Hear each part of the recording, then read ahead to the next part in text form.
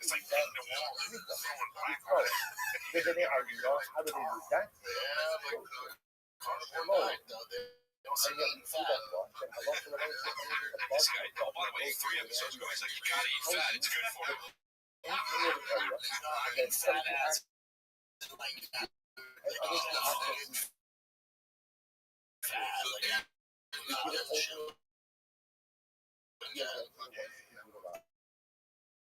Ain't it crazy how different when you was counting the macros and all that stuff before you get into shingles? It's like, it's funny, it's like you take like whatever, how many calories they chocolate. Those, this ain't the same. No. I mean, it's just weird all the, you know what I mean? How the foods are and stuff. I follow this one guy on Instagram. I really like his stuff. Like, this show shit. It's crazy, but it's like, look, this is how much this is. Oh, I know that guy. Yeah, I follow that guy too. Oh, yeah. Yeah, he also has like, he does the recipes. Yeah, I love that guy. I found that guy's like some or something. It's that guy we think I'm gonna try. You're like, yo, shit, Eric reposts is hilarious. Shit, Eric reposts on Instagram is worth following. Eric's a lot hilarious. I like that guy. I tried this one because I saw Brendan like this particular recipe. It was bananas, 2 eggs, peanut butter, and blueberries. What do you mean? You bake it like a I did it disgusting. So fucking great. I was gonna make it for you guys. I forgot to do it. He's not here. He's the reason why I didn't do it. Like if Brendan was here, I would have made those and brought it and been like, hey guys, you like this on Instagram. This shit you like. What I was gonna do. Fucking chop. You know what I mean? It's like he has a lot of those kind of things. Like I like to do those. Because I got a great kitchen now, so I like to do the crazy cottage cheese with this. You bake it for 15 minutes and it's 300 minutes. But he'll like repost facts about Liz or some shit. His reposts are hilarious. And they don't have that. Story. And therefore, what it's saying is, the people in the repentance to access this area through the cross, and you see that whenever one group has the ability to filter, one group has the ability to Esau, give it to the group that you want to say there's the curse of Jake Paul. I know. You say the name of Pastor. What do you mean? 8 transfusions. Anthony Joshua was just in a car accident. He was right up on Nate Robinson. I guess nobody's heard from him, which I didn't know. I didn't know. That's crazy. Ben Askren's lung collapsed. Tyron Woodley declared with UFC. Tommy Fury stopped boxing, and his engagement at his shit. That's scary. So fucking scary. My kids saw that thing. Anytime I see something like this, I think, oh my god, if my kids saw that, holy fucking shit. Is that Mike Tyson thing real? Just saying for Mike Tyson, he's like, I had to follow the script because I needed money. I don't know if that's real.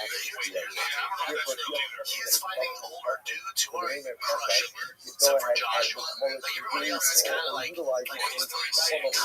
Mike Tyson needed the money. When he's showing fun, he's just a guy. He's just a fucking just a guy. Your heels killed him. I tried to understand. Talking on you, I was like professional athlete. Listen, good, that's what I'm saying. There's so much shit out there. The AI stuff and the fake walls. Like, something I wanted to say before. We're going to get hot things that could be close. Like, Mike and Jake is first opportunity. So we're going to get to the point where that documentary from the Somali thing made just like that from AI. Oh, it's already that's already. Well, no, you can. If that were made AI nowadays, you would be able to tell. You'd be like, this is how. But there will be the time when they create lateral Surely.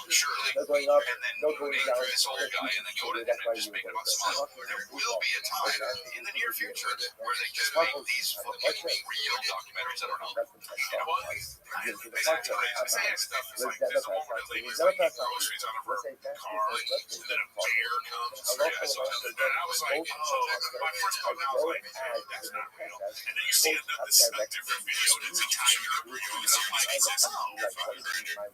just real enough. Then it's like, no, you make sure you don't take anything else. Somebody you know that documentary that kid made about especially signature is not. I don't even think it's fine. It's just very easy. Yeah, that's what you tell me. Search for it. Joe, I see me know. Watch my so I guess that wasn't good for us. It's weird, man. That's bad stuff. Christmas was good.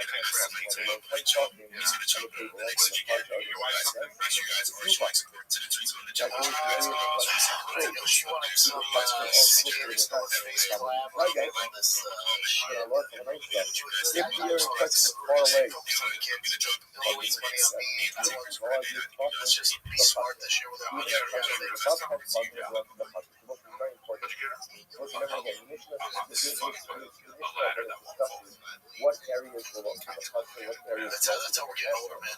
It's a great gift. the low cut button belongs to the but what is that to when the area is pressure close to the attachment? But if the area is pressure not close to the attachment, then even if it's above cut button, it's too late. So the pressure might look like this. What is that? Usually the pressure is Enjoy the house. I see the only way I'm going to make it disgusting. Do you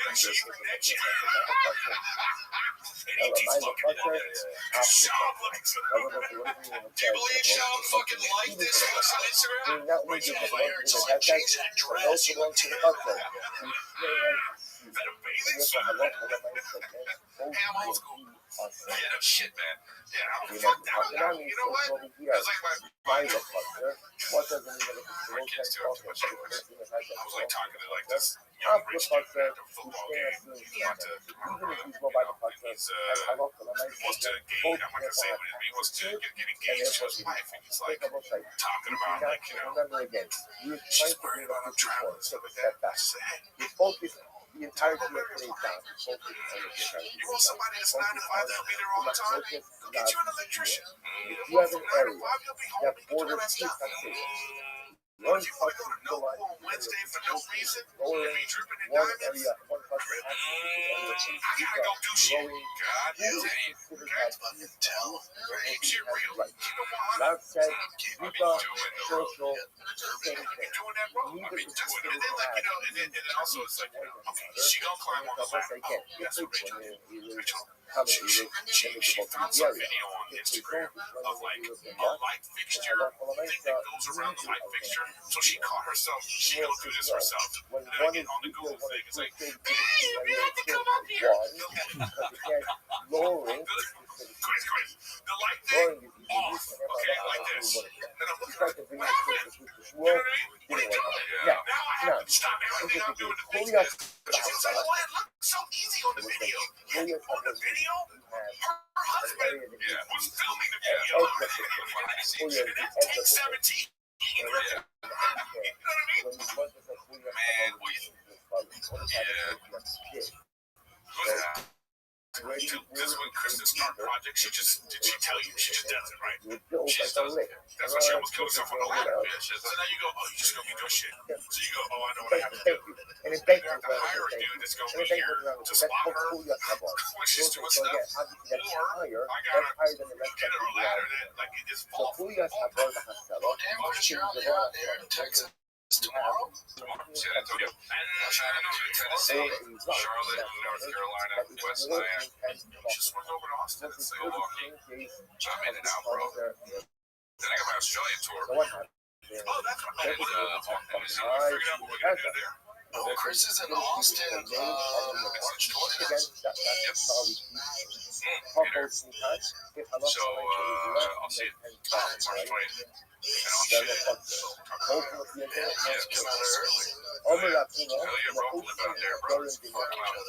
So the Well, Gemara says, the Tuna says, look at this. Allah Kolamayso, we give everything ultimately again to those who go ahead and dwell within Yeah, it. man.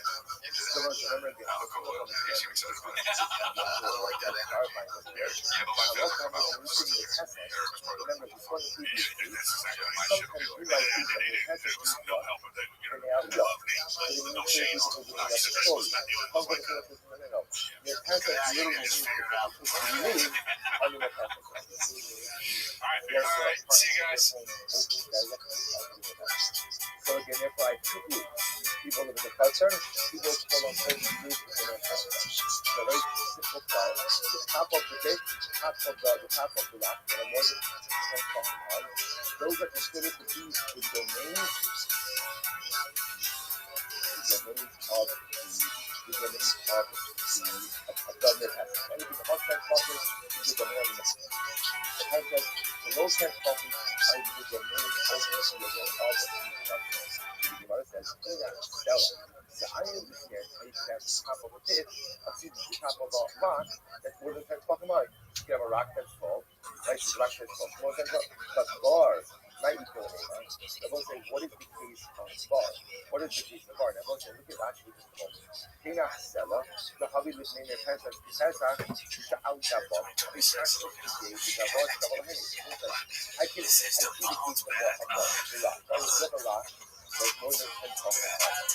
So why is that considered to be the domain of the Netherlands? So therefore, the Netherlands was utilizing it as part of the not only high up to the top of the top, but I don't think it's the ball. So what's problematic with the ball is that not because of the bar. The mountain and successful disposal, I feel it with the Netherlands. Then the Cartiosa will remember again. What part of the pit is usually the usual part of the pit? Right? It's the hole. Oh, that's nice. There's a lot Wow, guys. How many of you guys know this? 2026. You're lower in Yeah. something. Welcome to the After Hour. And Happy New Year. This is the first After Hour of 2026. And it's going to be a good one. It's going to be a great one. It's going to be the best one. First things first. Jen, did you fly to your house on that bomber 624? What's the jacket going on about? If the embankment of the pit is more than 10 fucking miles, it's low to the Yeah, that's why I was anxious to start.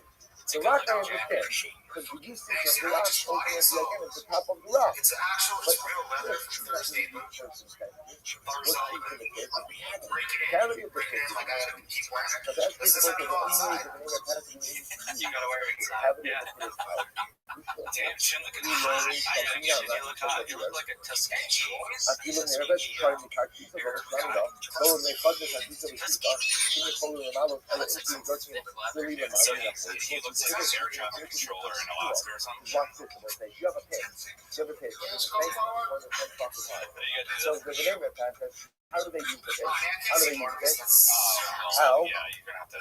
You can see me a little bit. I'm Right, in the you shot. sure. The name factor, how do they use the pit? How about this? You start seeing that they have a fucking system, you're going to have to throw it over your basement in Did order you to wrap get that up it. for yourself, Jim? So this is the case of athletic Open it at Christmas.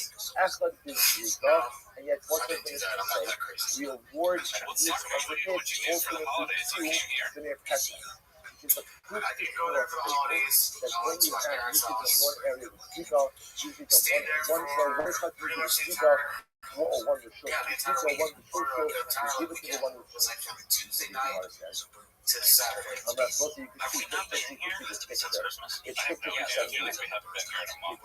We came in on Monday. So the Gemara Oh, says, sorry, last Thursday. um, Yeah. Oh, but we aired it early.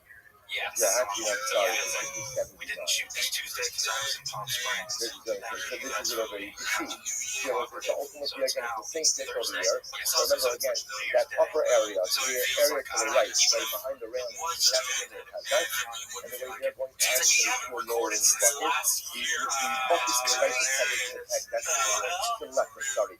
is the Bnei Chaser, and you're Zrika. So you still doing the halach and the ma'aser watch. You're going ahead, and you are lowering it down. You are lowering it down. So what you see after the Zrika, after the circle, we award it to the one who uses it for circle. Amar of Rabbi, the half about the time. What are we doing? What are we doing?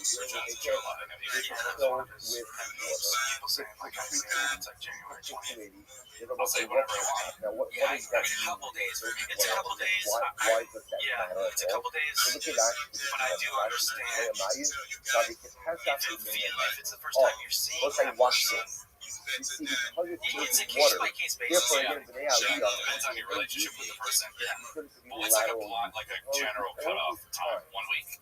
I think 1 week is perfect. But if it's a week and a day, we're talking more in that moment. You need to say something. It's a crutch sentence that'll get you to the next thing. Water. For the Yeah. Bnei Chaser, it's considered to be what? Only using the Ruach. Stranger Things finale. Everyone agrees that when one research has quote-unquote collateral, it just means directly. And the other one has either Zrika or Shilko. Everyone agrees that the one with collateral uses what we call Chesa is the one who is awarded service. They didn't tie this loose end up, whatever. It's just about the spoil stuff. Concerned that the kids is going to become diminished. You're going to draw water, and over time the kids is going to become diminished. Doesn't that cause a problem? So because remember again, it's very nice if you're awarding usage of the pit right now when it's filled with water to the Merpasses, because for right now for the Merpasses it's lateral usage. For the Chatzir it's Zrika usage. When everybody keeps drawing water, the water level is going to go down. At some point in time, it's going to be shulshul for the Merpasses and Zrika for the Chatzir. And what are you going to do in that case? Which Gemara says, the Gemara says,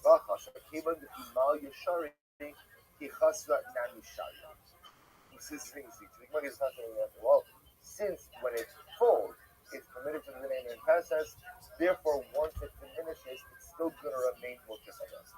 Whereas you want to say, I don't understand what that means. It's the opposite. Even if you trust the Asila, the opposite. Say that since it has a propensity to be diminished, the water level is going to inevitably go down, everybody's drawing from it. So why don't you say, since another water level is going to go down, every day is a holiday, every meal is a feast. Thank you first and foremost for the opportunity to be here. I've done my best to follow as many people I can in this space.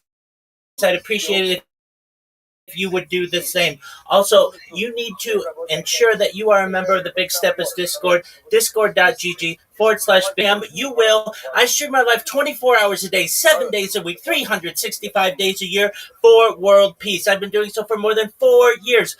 My streams go back to the pandemic. We've seen the death of a queen, the birth of AI, the coronation of a king, and everything in between. This is a real-life Truman Show, a real-life Big Brother.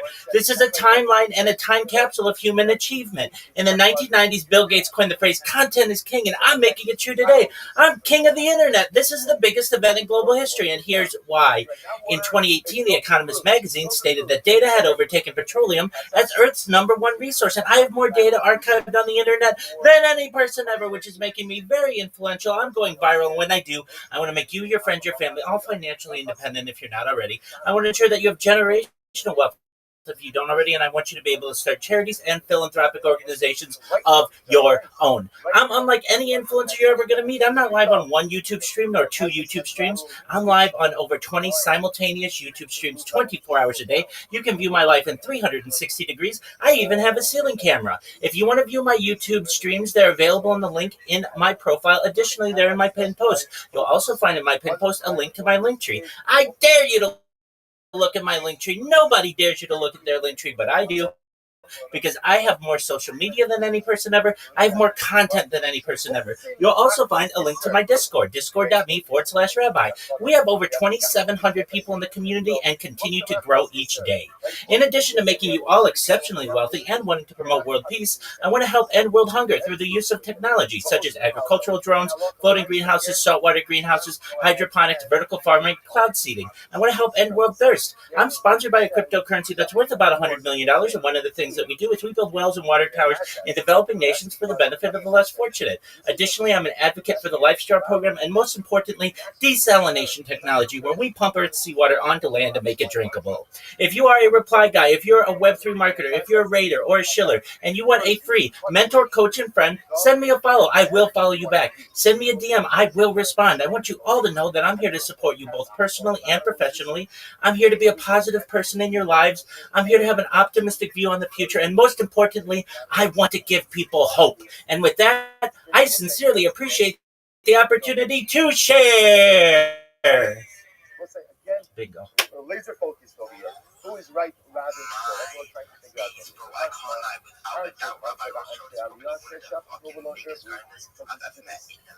Again, two groups of people. Two people over the culture. Group of people who live in an area. An upper story. Now let's say what happened.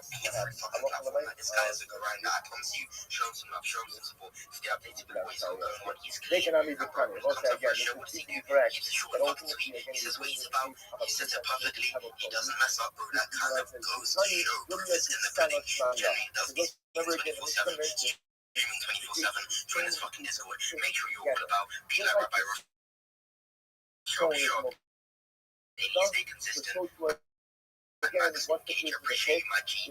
no items as well, and therefore the level of the case is not going to be. I will not move in this environment effectively because of the malaria, and therefore telling them it's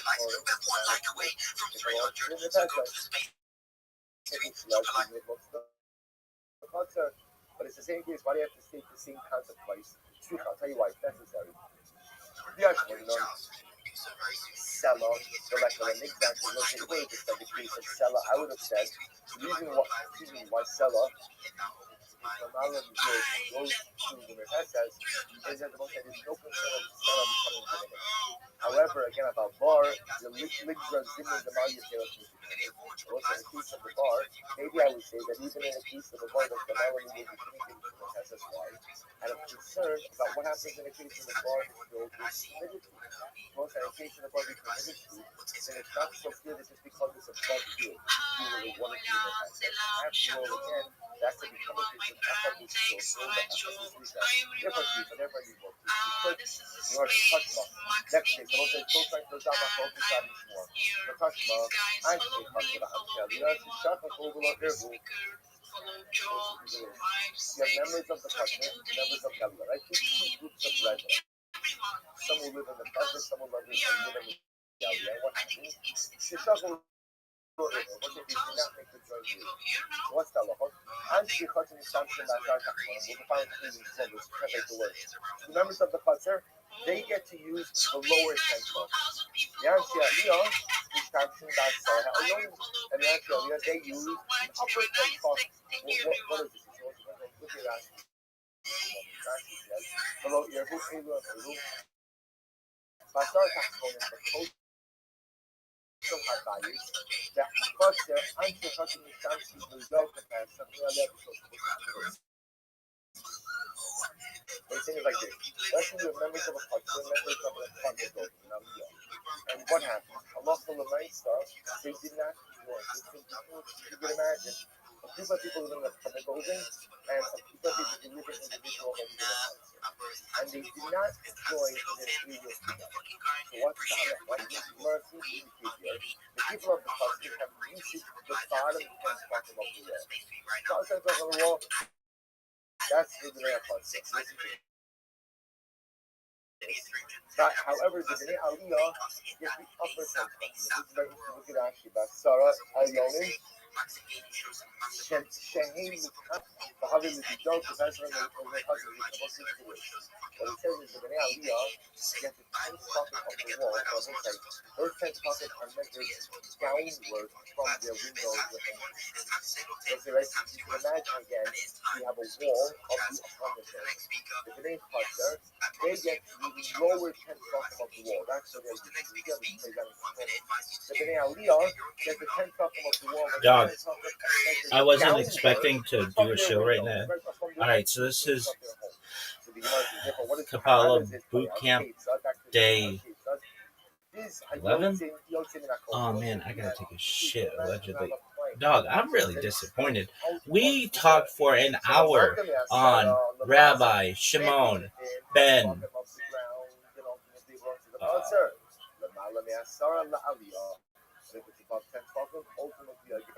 Yochai or Shimon bar Yochai, and that was all tight and everything. So like he is the, how did we describe it? Like he's like the bottom plane. a Kabbalistic sage, but what else? He was like the guy who like learned from Rabbi Akiva. He was one of the five like of Rabbi Akiva's pupils. After the 24,000 died, that stopped the Lagba over, and we remember that they didn't die from Roman persecution. They died from some kind of plague. We remember that, right? And then we've got like that was like 2nd century CE, so that's like, I mean, I don't really know what year it is now, but it's like it's like 5786 of the Hebrew calendar, and like the secular calendar, 2026. So that was like 1900 years ago or something like that. Alright, so it's like a long time ago. Then, 1,000 years after Rabbi Shimon bar Yochai, we have Moses de Leon, Rabbi Moses de Leon, who is the first guy to publish the Zohar. And I figured, I talked about this motherfucker, Rabbi Shimon bar Yochai, like for an hour yesterday. There's got to be a lot of information on this motherfucker, on Moshe de Leon. I mean, he's more recent, like 1,000 years more recent, and there's not a lot on this motherfucker. So Moshe de Leon, not even known as, in here, Rabbi Moshe de Leon. Okay, I mean, he was a rabbi. Moses de Leon, born around 1240, lived 1305. All these guys lived like 65, 70. Okay. Sometimes a little longer. I guess if you die younger, then they're not going to have that much about you, perhaps. Known in Hebrew as Moshe ben Shem Tov. So that's cool. Moses of the son of Shem Tov, that's a good name, was a Spanish rabbi and Kabbalist who first publicized the Zohar. Modern scholars believe the Zohar is his own work, despite his claim to have copied it out of an ancient manuscript by Shimon bar Yochai. His other works include Sefer HaRamon, written in Hebrew, and hundreds of pseudepigraphic responsa, commentaries, and Kabbalistic tracts, which he falsely attributed to earlier authorities. I kind of think this guy, no offense, if he were here right now, I'd be like, dog, we got a lot of questions about some of your works. And so he was born around 1240 in Leon, Kingdom of Leon, died 1305, Arevalo, Kingdom of Castile.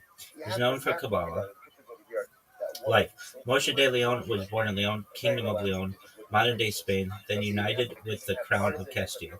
He might have been born in Guadalajara, and his surname then comes from his father, Shem Tov de Leon.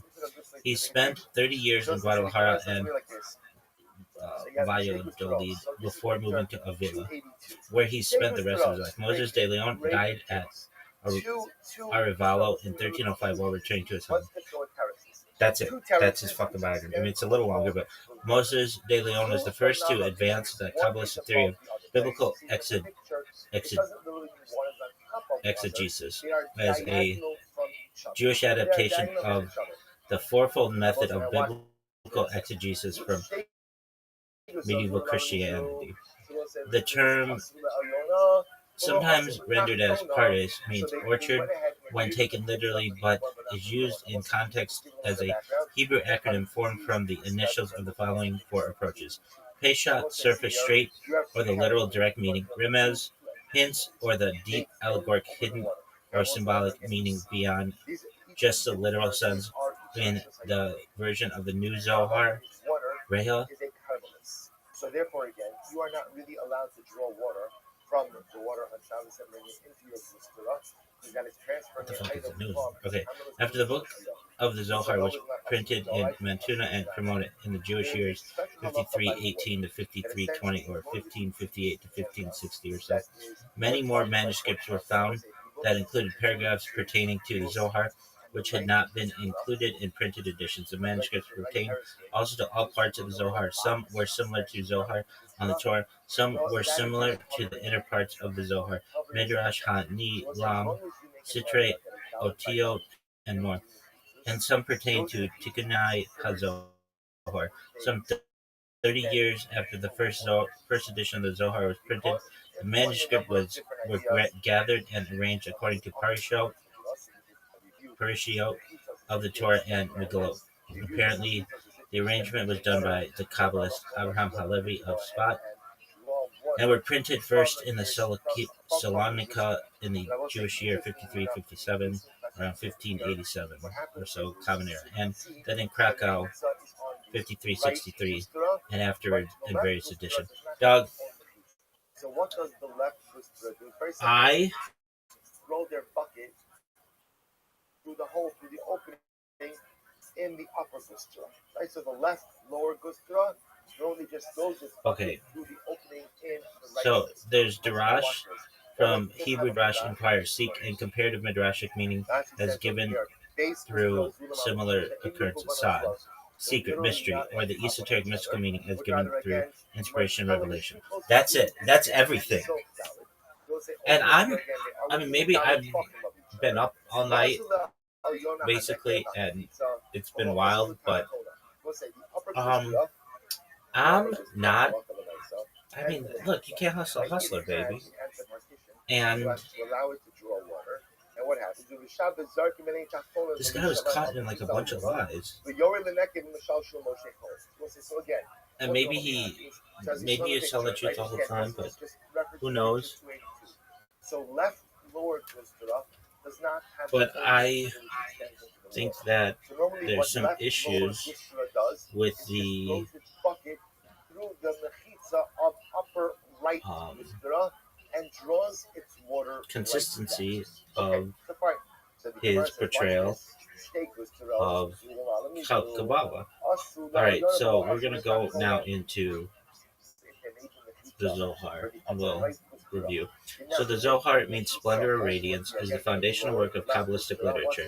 It is a group of books including commentary on the mystical aspects of the Torah and scriptural interpretations, as well as material on mysticism, mystical cosmology, and mystical psychology. The Zohar contains discussions of the nature of God, the origin and structure of the universe, the nature of souls, redemption, and relationship of ego, of darkness and true self, and true self to the light of God. So the Zohar was first publicized by Moshe de Leon around 1240 to 1305 Common Era, who claimed it as a Tanaitic work recording the teachings of Simeon Bar Ben Yochai, Shimon Bar Yochai, around the hundreds Common Era. This claim is universally rejected by modern scholars, most of whom believe De Leon was also an infamous forger of Geonic material, wrote the book himself between 1280 and 1286. Some scholars argue that the Zohar is a work of multiple medieval authors and or contains a small amount of genuinely antique novel material. Later additions to the Zohar, including Tikkun HaZohar and Raya Mehaimana, were composed by a 14th century imitator. So it's like Kabbalah is, for lack of sounding offensive, like built on a throne of lies. And maybe I'm wrong, but Zoharic Aramaic, according to Gershom Scholem and other modern scholars, Zoharic Aramaic is an artificial dialect largely based on a linguistic fusion of the Babylonian Talmud and Targum Onkelos. But confused by De Leon's simple and imperfect grammar, his limited vocabulary, and his reliance on loanwords, including from contemporaneous medieval languages. The author further confused the text with occasional strings of Aramaic seeming gibberish in order to give the impression of obscure knowledge. Like, Take a look at picture 282. Zoharic Hebrew. The original text of the Zohar is cited by various early Kabbalists beginning around the 14th century. Isaac ben Samuel of Acre, David b. Judah, the pious Israel Nachwa, Alfonso de Zabora, was partially in Hebrew and partially in Aramaic. By the time of the first edition, 1558, the text was entirely in Aramaic, with the exception of the Midrash Hadnilim, where Hebrew words and phrases are often employed as in the Babylonian Talmud. The Hebrew of the Midrash Hadnilim is similar in its overall form to the language of the early Midrashim, but its specific vocabulary, idioms, and stylistic characteristics bear the imprint of medieval Hebrew, and its midrashic manner is clearly that of a later imitation. Authorship. By the way, when we were learning about Moshe de Leon earlier, a few days ago or whatever, at least like within the last 11 days, he said, like his girl, his wife or whatever, after he died, his widow, his hoe, his bit, whatever you want to call this woman, and we shouldn't refer to women like this, but I'm just being funny. And if you don't think it's funny, okay, then we have differences of opinion on humor. But some bitch out there is going to think this shit is hilarious. Anyway, and when I say bitch, I don't mean female, I mean beach, like beautiful thing on the ocean. Anyway, so she said my man was strapped for cash and had to just come up with some shit. They don't talk about that in his biography, and I don't understand why. Anyway, authorship, initial view. Authorship of the Zohar was questioned from the outset due to the claim that it was discovered by one person and referred to historical events of the post-Talmudic period, while purporting to be from an earlier date. Abraham Zacuto's 1504 work. Dude, if you learn anything from me, it's this thing I learned from Reddit. How to get rid of hiccups, you go.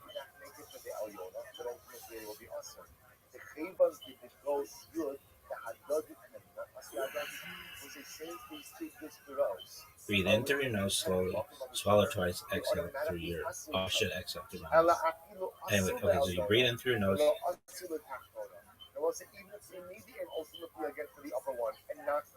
And then exhale through your mouth. Anyway, it works like that. Alright, Abraham Zacuto's 1504 work, The Sefer Yehusin, first printed in 1566, quotes from the Kabbalist Isaac ben Samuel of Acre's 13th century memoir, Divrei Hayamim Lost, which claims that the widow and daughter of De Leon revealed that he had written it himself and only ascribed the authorship to Simeon ben Yochai for personal profit. And Isaac went to Spain to investigate how it happened in his time that the Book of Zohar was found, which Simeon ben Yochai and his son Eleazar had made in the cave. And some say that De Leon forged it among his forgeries. But Isaac later said that the Aramaic sections were generally written by Shimon ben Yochai. And Isaac wrote, because I had seen that these words were wondrous and that they ran from a well high above which is beyond those uninitiated into the secrets of the divine, I chased after it, and I asked the scholars, and some said it had fallen into the hand of the sage Moshe de Leon, whom they call Moses of Guadalajara, and some said Shimon ben Yochai had never written the book, but that Moses had written these wondrous words and falsely ascribed them to Shimon ben Yochai and his son Eleazar in order to sell them for huge sums of money. When I went to Spain, the capital city of Valladolid, and presented myself to Moses and was received favorably, and he swore to me by Hashem that the ancient book of Shimon ben Yochai was that day in his house in Avila. and that he would show it to me when I visited him. And Moshe parted from me to return home, but he sickened in Aravalo on the way, and he died there. And when I heard of this, I was mortally pained, and I took to the road, and I came to Avila, and I found a great old sage there named David de Poncorbo, and he received me favorably, and I demanded he explain to me the secrets of the book of Zohar, about which men were disputing, and about which himself had, Moses himself had sworn beyond doubt until his death, but about which I did not know upon whom to rely or whom to trust. And he told me, "No, in truth, that it is clear to me beyond doubt that it never came to the hand of this Moses, and that there is no book of Zohar except that of which Moses himself wrote every word. Know that this Moses was a great spendthrift. One day his house was filled with treasures that the wealthy mystics had given him in exchange for excerpts, and the next his wife and children were starving naked in the street. So when we heard that he had died in Arevalo, I went to the house of the richest man in the city, Joseph de Avila, and said to him, "Now the time has come for you to earn the priceless Zohar if you will do what I advise." And he followed my advice, and he sent his wife to the house of Moses' widow. And she said to her, "Know that my wish is to marry your daughter to my son, and I ask nothing from you except the book of Zohar, which your husband excerpt, excerpted for many people." And Moses' widow swore to Joseph's wife, "By Hashem, my husband never had such a book except in his mind, and everything he wrote came from his own intellect." When I saw him writing, I asked him why he claimed to be excerpting from a book I knew he did not have, and he told me that it was because, while for his own words they would not give, they would. And Moses' daughter said exactly the same. Can you ask for better proof than this? I don't know why we don't just consider the Zohar garbage. I really don't. Like, my Kabbalistic study should end here. This is done. I mean, I hate to say it, but this is the end of the story. Perhaps. Isaac goes on to say they obtained a mixed evidence of Zohar's authenticity from other Spanish Kabbalists, but the fragment ends abruptly, mid-sentence, without any conclusion. Though Isaac is willing to quote it in his Otzar L'Chaim and his Merat Inayim, he does so rarely. Isaac's testimony was censored from the second edition, 1580, and remained absent from all editions thereafter until its restoration nearly 300 years later in the 1857 edition. By the way, Moshe de Leon's wife, she is amazing for like telling the truth. Good on her. I don't know what that bitch's name is, but I view her very positively. In 1243, a different Jew had reportedly found a different ancient mystical book in a cave near Toledo, which was it near the Maumee River? No, different Toledo, which may have been De Leon's inspiration. Within 50 years of its appearance in Spain, it was quoted by Kabbalists, including the Italian mystical writer Menahem Riscanti and Todros ben Joseph Abulafia. However, Joseph ben Wakar harshly attacked the Zohar, which he considered inauthentic. Dude, shout out to him. And some Jewish communities, such as Dor Da'im from Yemen, Andalusian, the Western Sephardic or Spanish and Portuguese Jews, and some Italian communities, never accepted it as authentic. Only early Kabbalists, such as David B. Judah, the pious Abraham B. Isaac of Granada, the pious guy was like around 1300, the Granada guy is like 1300, Abraham ben Isaac of Granada, and David B. ben Amram of Aden around 1350. Like, why are we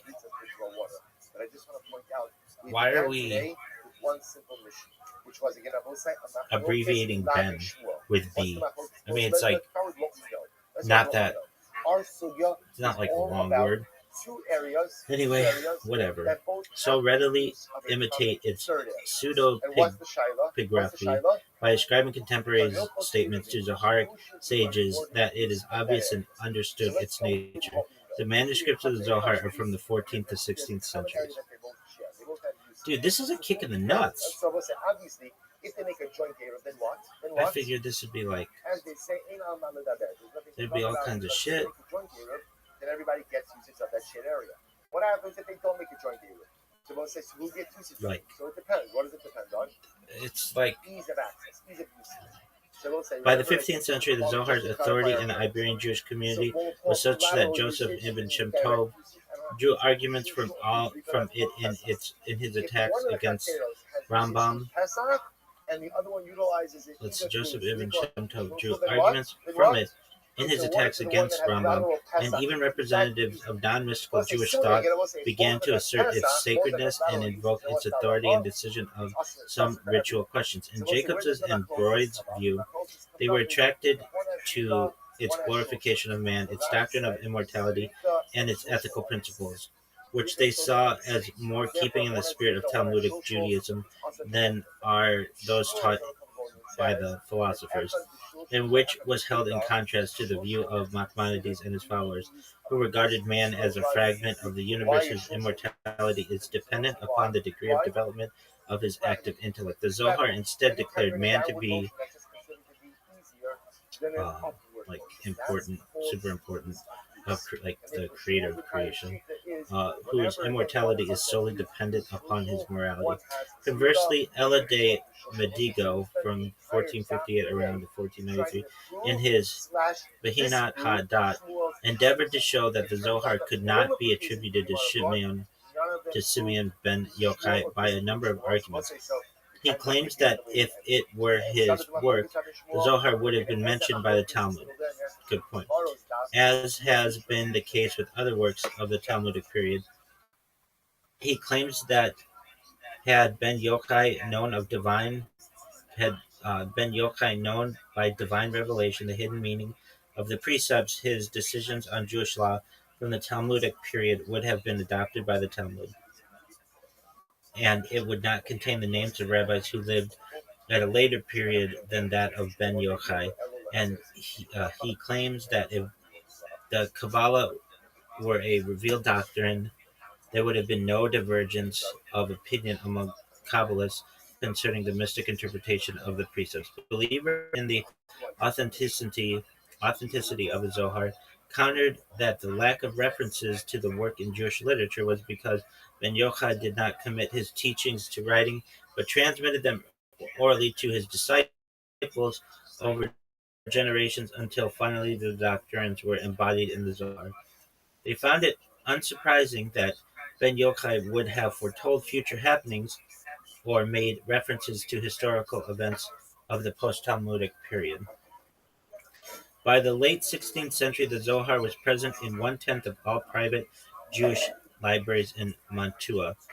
The authenticity of the Zohar was accepted by such 16th century Jewish luminaries as Joseph Caro, who died 1575, Common Era, and Solomon Luria, who died 1574, Common Era, who wrote nonetheless that Jewish law does not follow the Zohar when it is contradicted by the Babylonian Talmud. I mean, that's just their opinion. It's like, I don't know, I'm unimpressed with Zohar. But Luria writes that the Zohar cannot even override a minhag. Moses is errorless, died in 1572. Common Era writes that he heard that the author of the Zohar is Ben Yochai. Elijah Levita died 1559, did not believe in its antiquity, nor did Joseph Scaliger 1609 or Louis Capel 1658.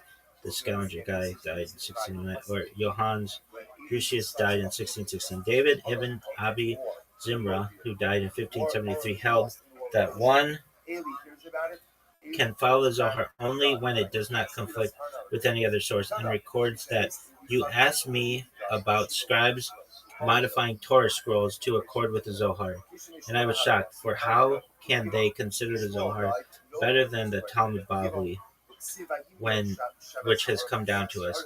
So I went myself to the house of the scribe, and I found 3 scrolls which had been edited, and I fixed them and restored the Torah to its proper glory. So they were actually okay. Enlightenment period. Debate continued over many generations. Del Medigo's arguments were echoed by Leon of Modena, died in 1648. In his Ari Nohem by Jean Morin, 1659, died. The other guy died in 1648, Leon of Medina. And by Jacob Emden, died 1776.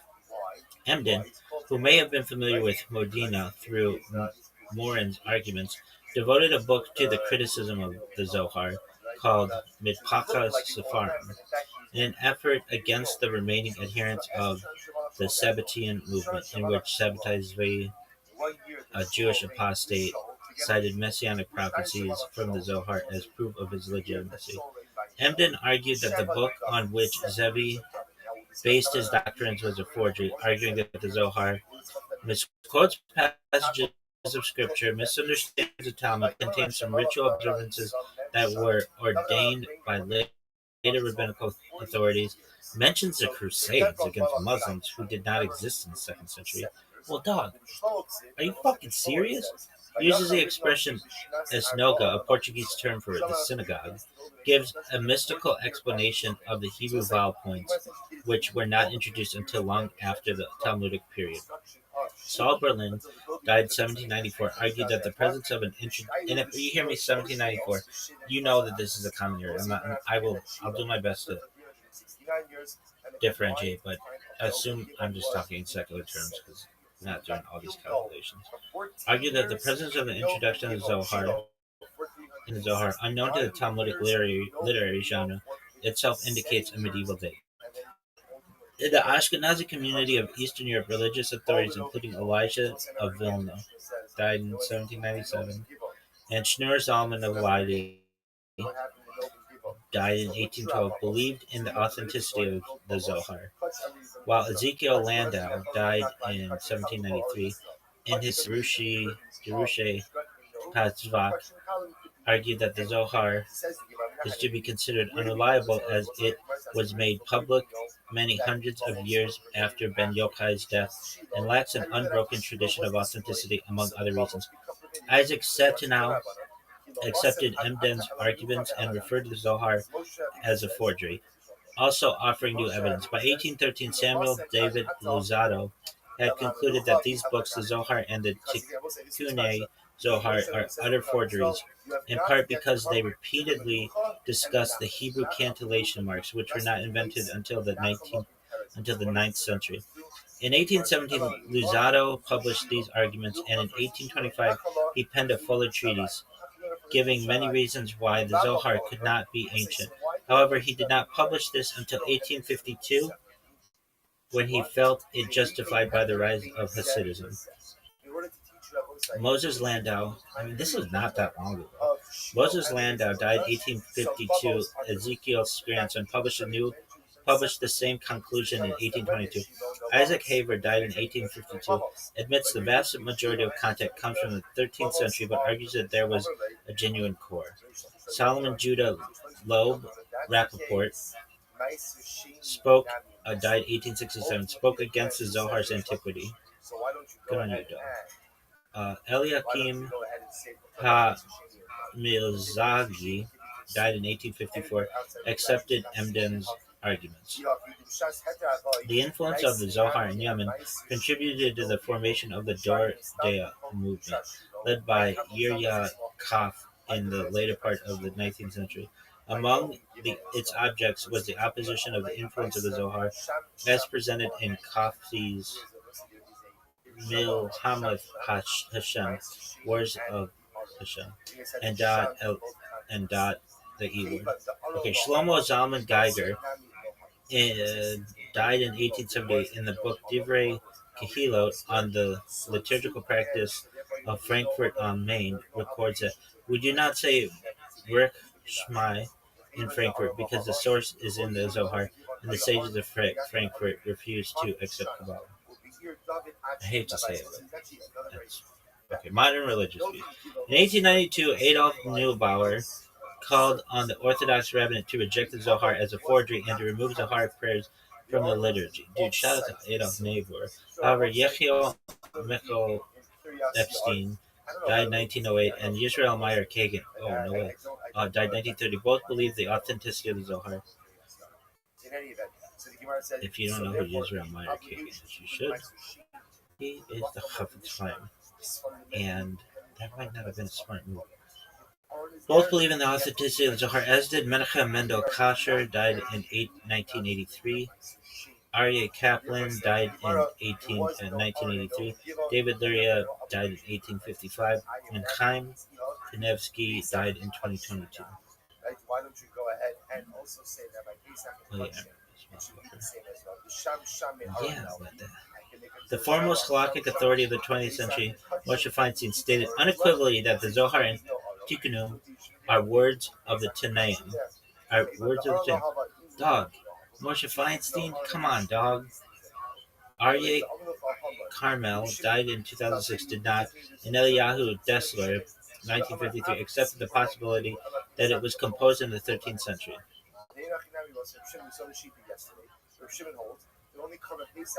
And only chobos and other obligations, obligatory offerings, which have a set time, were offered up in the Mishkan. What are they saying here about Moshe Feinstein? Obligatory offerings which do not have a set time. So halcha v'halcha lo kalim are not offered up either on a bama gedola or a bama kitana. So ma'aseh ve'ema or chobo she'in kabul la'in. So let's say I mean, they are considered to be obligatory offerings that do not have a set time. It was a flip of the coin, but like we know a lot more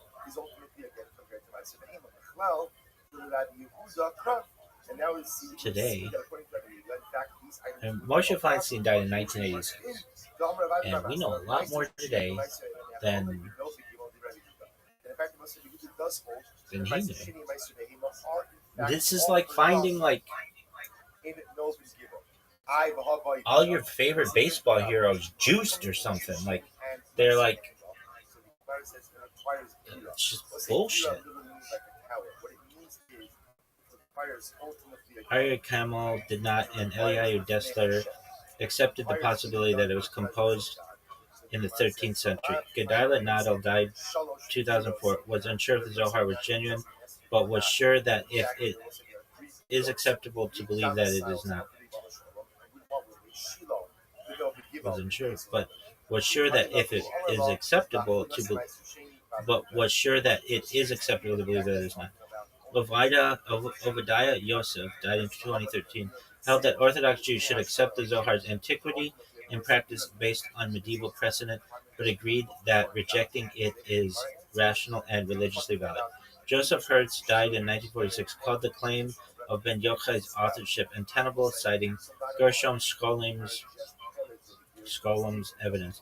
Samuel Belkin died in 1976, argued that the mystical Midrash section specifically predated De Leon. Joseph B. Soloveitchik died in 1993, apparently dismissed the Zohar's antiquity. Good on you. Good on you, dog. Moses Gaster, 1939, wrote that the claim of Ben Yochai's authorship was untenable, but that Moses de Leon had compiled earlier material. Meyer Moses died in 2025.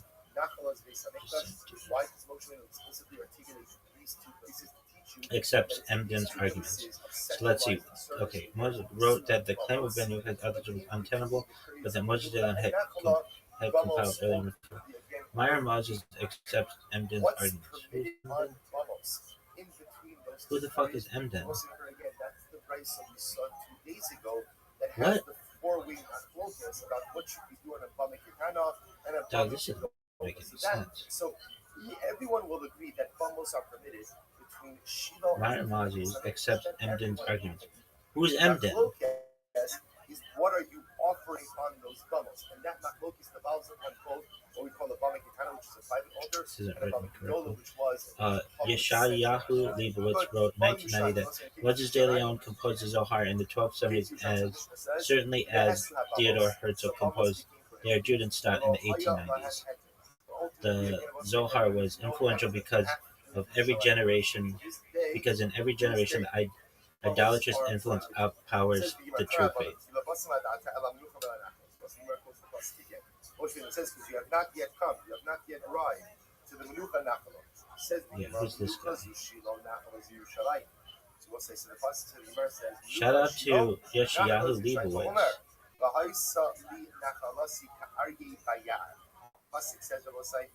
He knew what it was up. Alright, modern critical views. Early attempts included M.H. Landauer's Vorla Figure, Barak Uber Main, and Dekdung in Ansahang des Sohar, 1945, which fingered Abraham Abuelafia as the author and Samuel David Lozato's 1852. The Zohar thing was 1845. But the first systematic and critical academic proof of the authorship of Moses de Leon was given by Adolf Jelinek in his 1851 monograph, Moses ben Shem Tov de Leon und sein Verhältnis zum Zohar. Jelinek's proofs, which combine previous analyses of Isaac of Acker's testimony and comparison of the Zohar to De Leon's Hebrew works, were accepted by every other major scholar in the field, including Heinrich Graetz, History of the Jews, Volume 7, Moritz Steinschneider, Gerhard Beer, Leopold Zons, and Christian David Ginsburg. Who the fuck names you Christian? Alright, unless you're as a Jew. Ginsburg summarized Jelinek's, Graetz's, and other scholars' proofs for the English-reading world in 1865, also including several novel proofs, including that the Zohar includes a translation of a poem by Solomon ibn Gabriel, died in 1058, and includes a mystical explanation of the mezuzah style only introduced in the 13th century. Adolf Neubauer and Samuel Rollis Driver were convinced of these arguments, but Edward Bouverie Pussy held to a Tanaitic date. By 1913, the critical view had apparently lost some support. Israel Abrahams calls the Zunz, like Graetz, had little patience with the Zohar. At this date, we are much more inclined to treat Kabbalah with respect.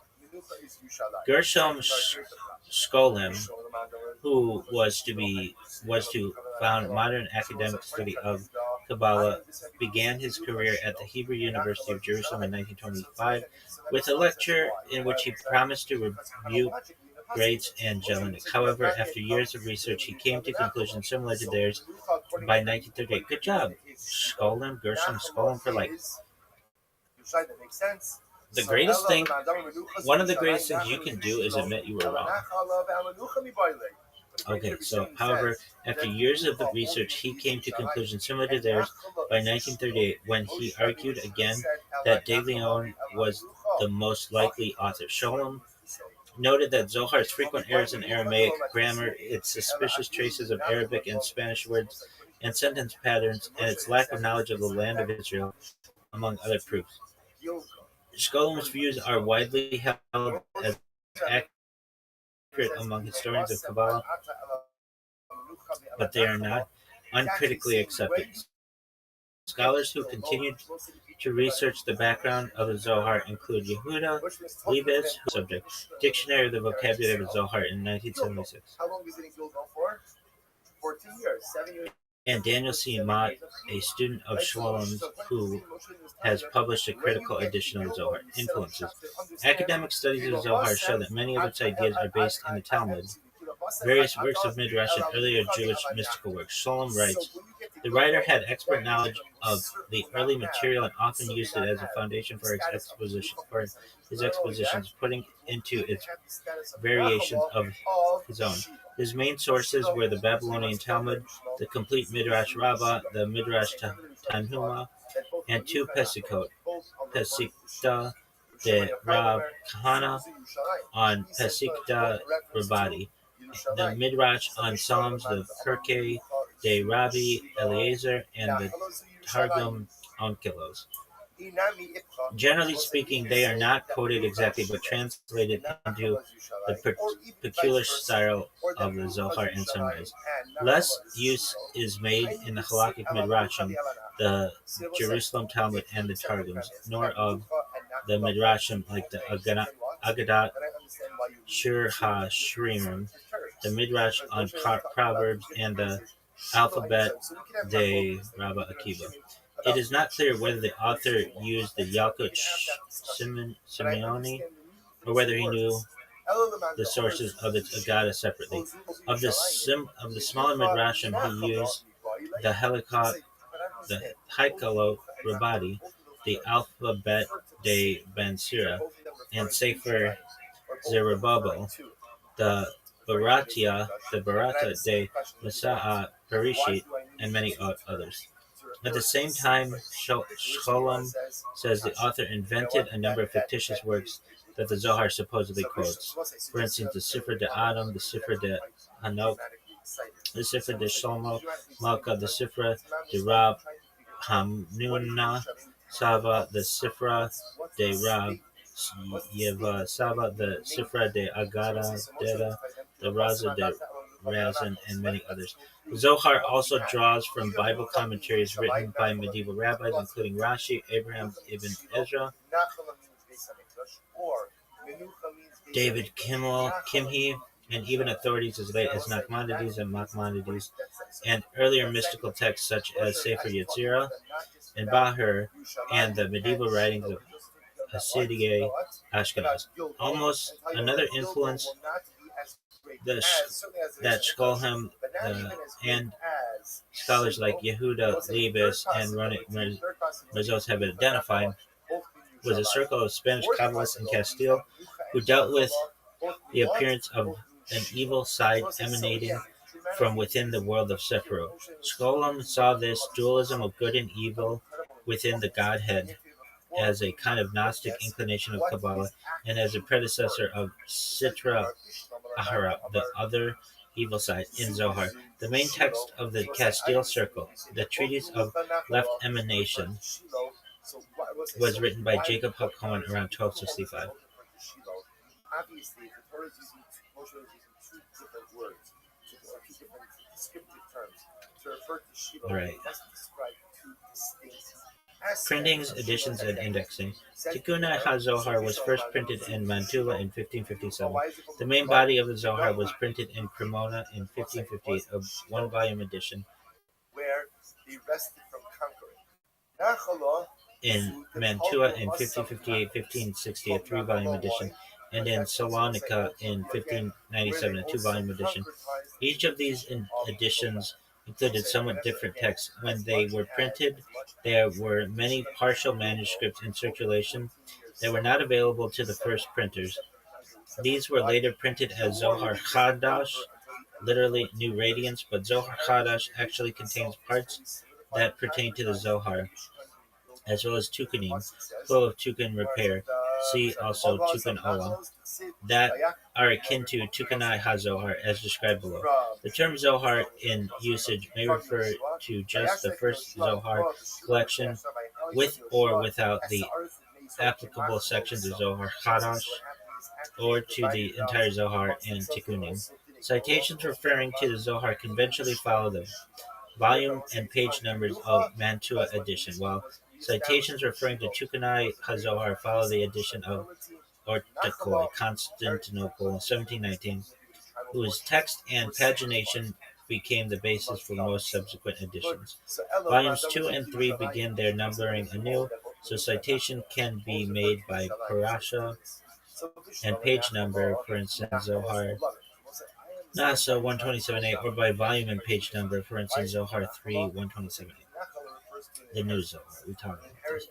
After the book of the Zohar was printed in Mantua and in Cremona in the Jewish years 5318 through 5320 or 1558 to around 1560, many more manuscripts were found that included paragraphs pertaining to the Zohar, which had not been included in printed editions. The manuscripts pertained also to all parts of the Zohar. Some were similar to the Zohar on the Torah, some were similar to the inner parts of the Zohar, Midrash HaNilam, Sitrei Otiot, and more. And some pertain to Tukanai HaZohar. Some 30 years after the first edition of the Zohar was printed, the manuscripts were gathered and arranged according to the parashiot of the Torah and the Megillah.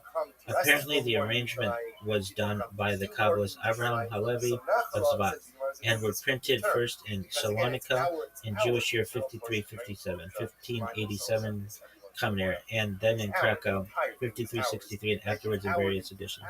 Structure. According to Shlomo, Zohar can be divided into 21 types of content, of which the first 18, A through S, are the work of the original author, probably De Leon, and the final 3, T through V, are the work of a later imitator. So, A, Untitled Torah Commentary, a bulky part which is wholly comprised of discursive commentaries on various passages from the Torah. B, Book of Concealment, a short part of only 6 pages containing a commentary on the first 6 chapters of Genesis. It is highly oracular and obscure, citing no authorities and explaining nothing.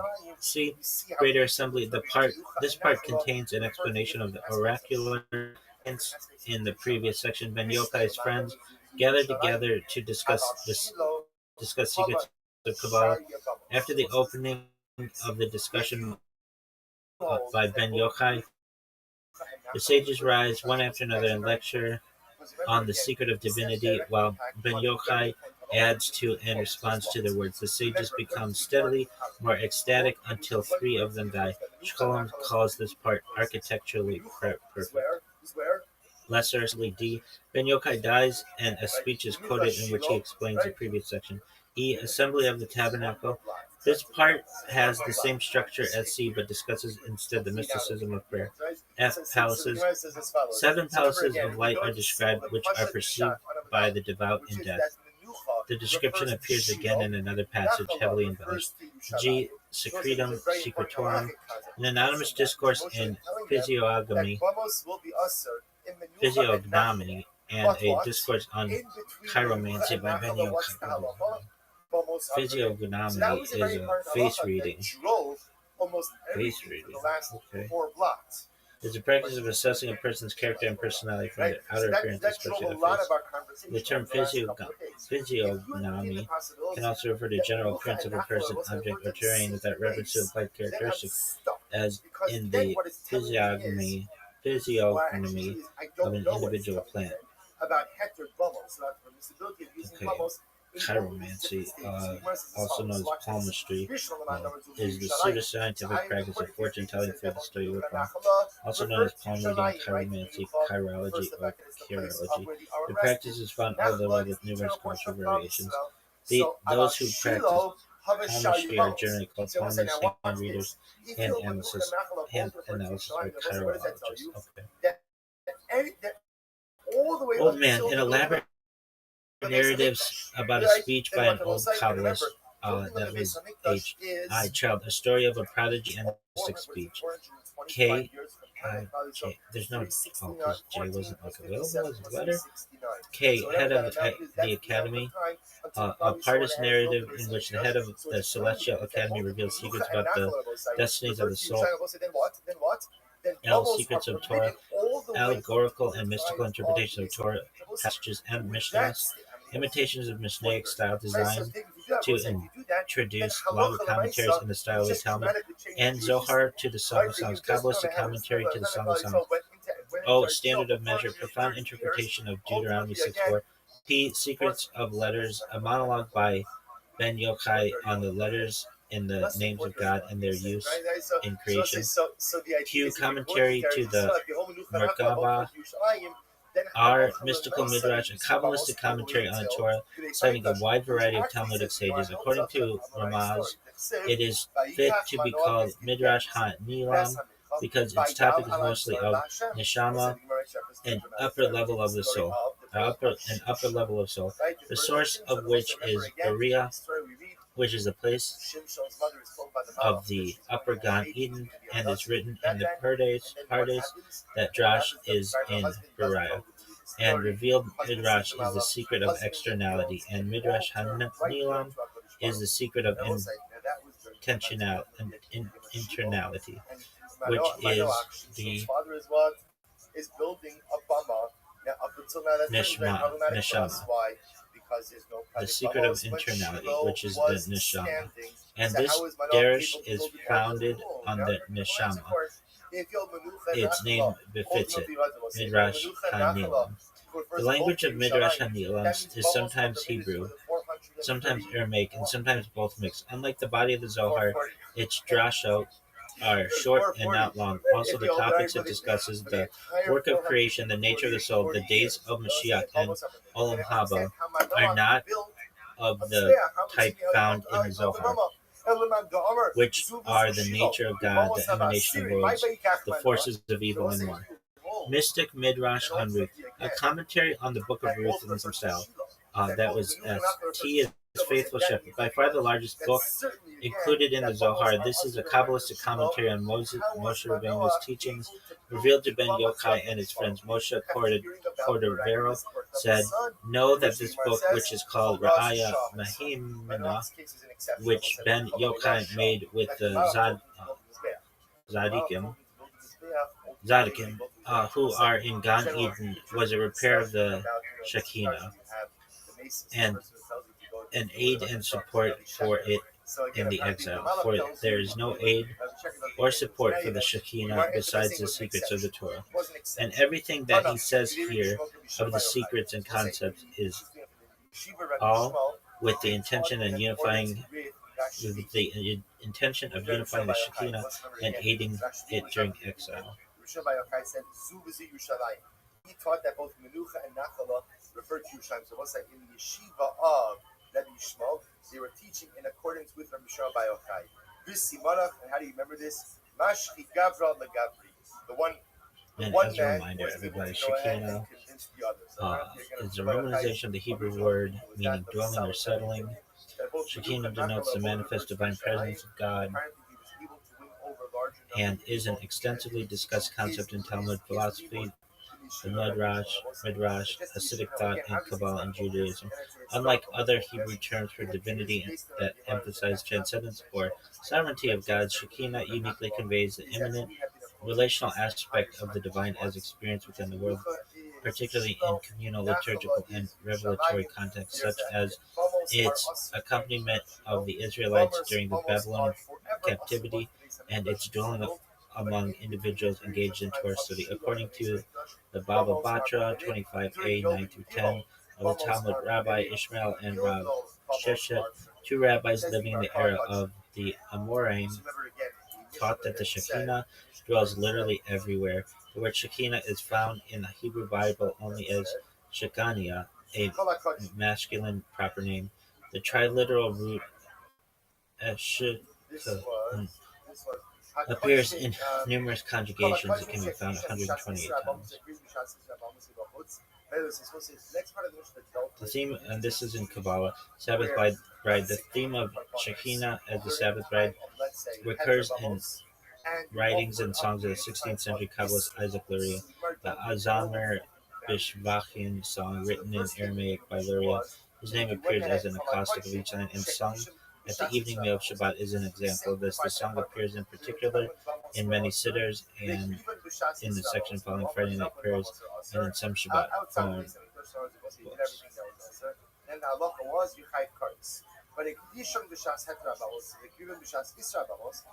Let us invite the Shekinah with a newly laid table and with a well-lit menorah that casts light on all heads, 3 preceding days to the right, 3 succeeding days to the left, and amid them the Sabbath bride, with adornments she goes, vessels and robes. May the Shekinah become a crown through the 6 lobes on each side. Through the doubled 6 may our table be bound with the profound temple services. A paragraph of the Zohar starts, one must prepare a comfortable seat with several cushions and embroidered covers from all that is found in the house, like one who prepares a canopy for a bride. For the Shabbat is a queen and a bride. This is why the masters of the Mishnah used to go out on the eve of Shabbat and receive her on the road, and used to say, "Come, O bride, come, O bride." And one must sing and rejoice at the table in her honor. One must receive the lady with many lighted candles, many enjoyments, beautiful clothes, and a house embellished with many fine appointments. The tradition of the Shekinah as a Shabbat bride and the Shabbat Kala continues to this day. As feminine aspect, Kabbalah associates the Shekinah with the female. According to Gershom Scholem, the introduction of this idea was one of the most important and lasting innovations of Kabbalism. No other element of Kabbalism won such a degree of popular approval. The feminine Jewish divine presence of Shekinah distinguishes Kabbalistic literature from earlier Jewish literature. In the imagery of Kabbalah, the Shekinah is mostly overtly female Sephirah, the last of the 10 Sephirot, referred to imaginatively as the daughter of God. The harmonious relationship between the female Shekinah and the 6 Sephirot, which precede her, causes the world itself to be sustained by the flow of divine energy. She is like the moon, reflecting the divine light into the world. Nativity and life of Moses. The Zohar, the foundation book of Kabbalah, presents Shekinah as playing an essential role in the conception of the birth of Moses. Later, during the Exodus on the third new moon in the desert, Shekinah revealed herself and rested upon him before the eyes of all. The 10th Sephirah. In Kabbalah, the Shekinah is identified with the 10th Sephirah, Malkuth, the Pharaonic realm. The Shekinah is seen as the feminine. The Shekinah is seen as the feminine divine presence of God descended to transform the world. Moses is considered to have risen to Shekinah into the Sephirotic realm and transcended the world as the bridegroom of the Shekinah. If you consecrated it when bamos were permitted, v'shachat v'he'ela b'shas isir ha-bamos, and was like you shechted it and you offered it up when bamos are asur, harein ba'asei v'lo sasei ve'ein b'hem kalim. So we'll say that's the explicit case that we're talking about over here. So yet, what do you see? Rabbi Shimon is saying explicitly that if you shechted it and you offered it up, Quickly, folks. All right. Rectification of the Zohar. Tikunai HaZohar, this is you, which was printed as a separate book, includes 70 commentaries, including 70 commentaries called Tikkunim, literally repairs, and an additional 11 Tikkunim. In some editions, Tikkunim was printed. In some editions, Tikkunim are printed that were already printed in the Zohar Chadash, which in their content and style also pertain to Tikkunai HaZohar.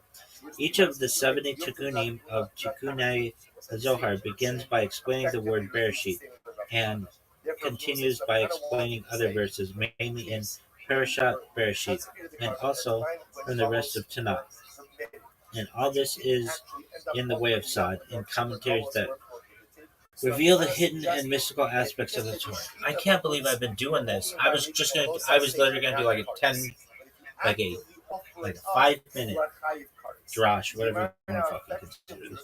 Tikkunai HaZohar and Ra'aya Mahaimana are similar in style, language, and concepts, and are different from the rest of the Zohar. For example, the idea of 4 worlds is found in Tikkunai HaZohar and Ra'aya Mahimna, but not elsewhere, as is true of the very use of the term Kabbalah. In terminology, that is called Kabbalah, and Tikkunai HaZohar and Ra'aya Mahimna is simply called raisin, clues or hints in the rest of the Zohar. In Tikkunai HaZohar, there are many references to Chibra, the Chabura Kadma'a, meaning the earlier book that refers to the main body of the Zohar. B. Further additions. These include later Tikkunim, and other texts of the same style.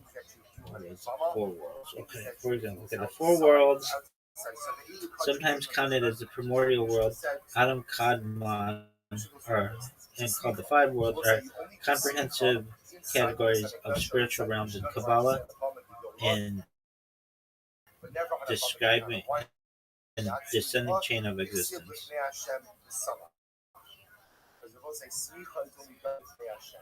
Okay, the concept of the world denotes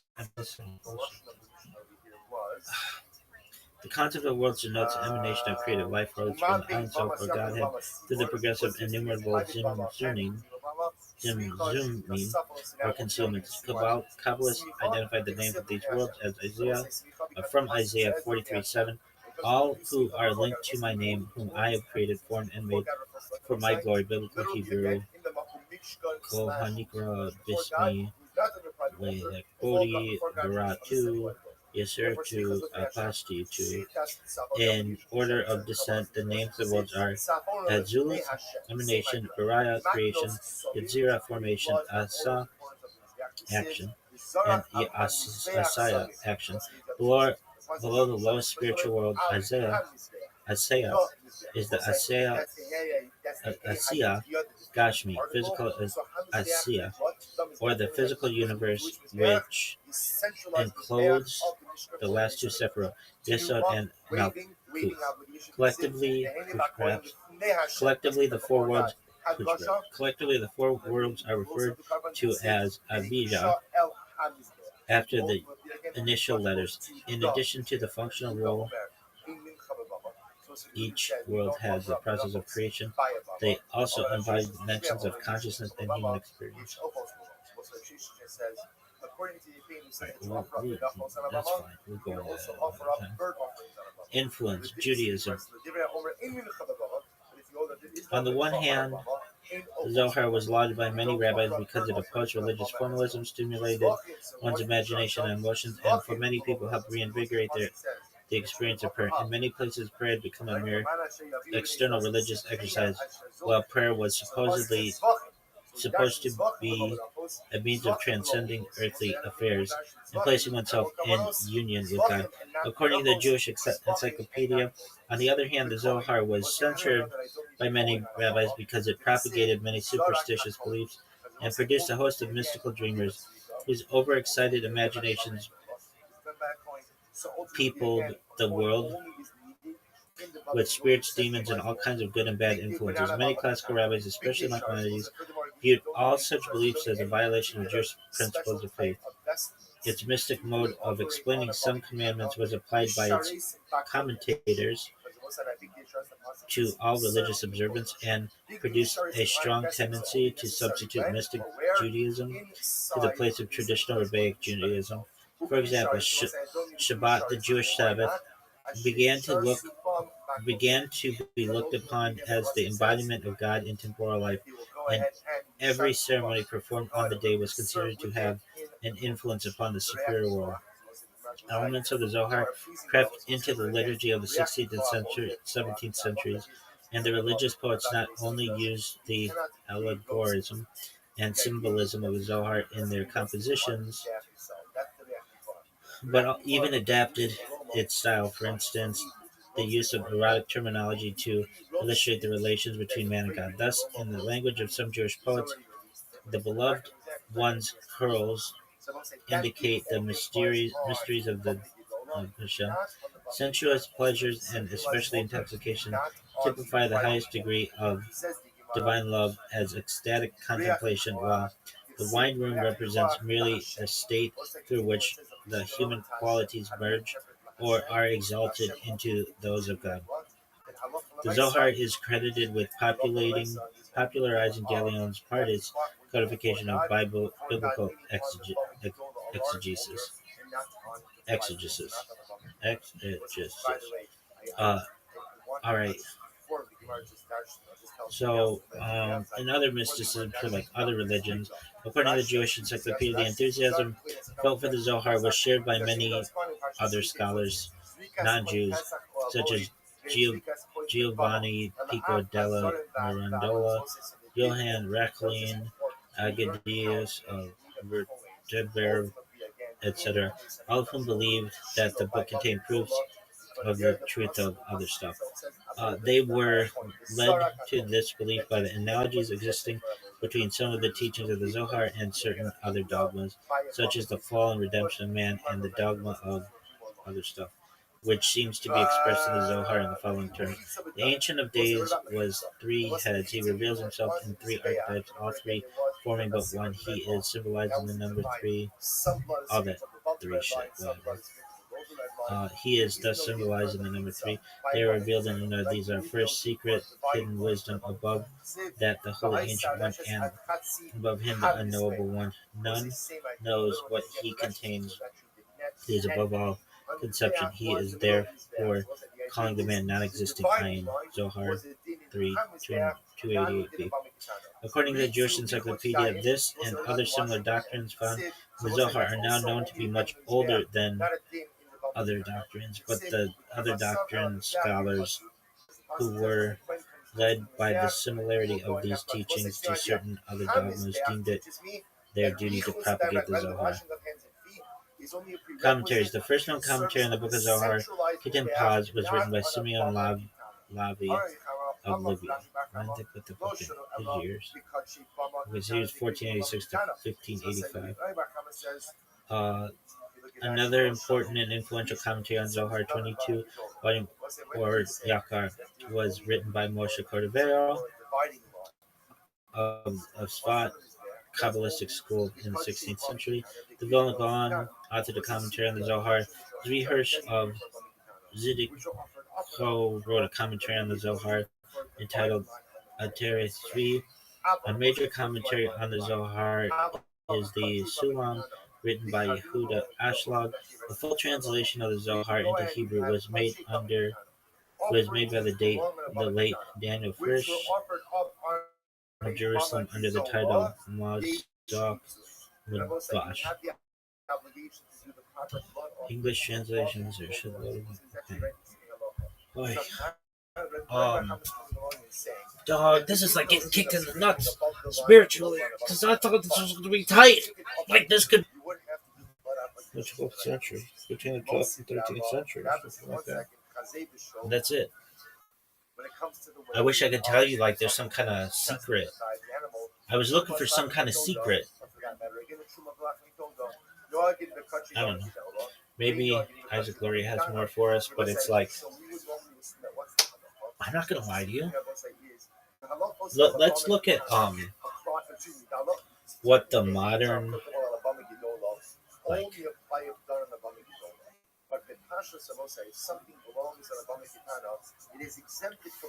Yo, dog, can you give me a list of the most prominent rabbis of the last 150 years and tell me yes or no, or maybe if they thought the Zohar was fraudulent?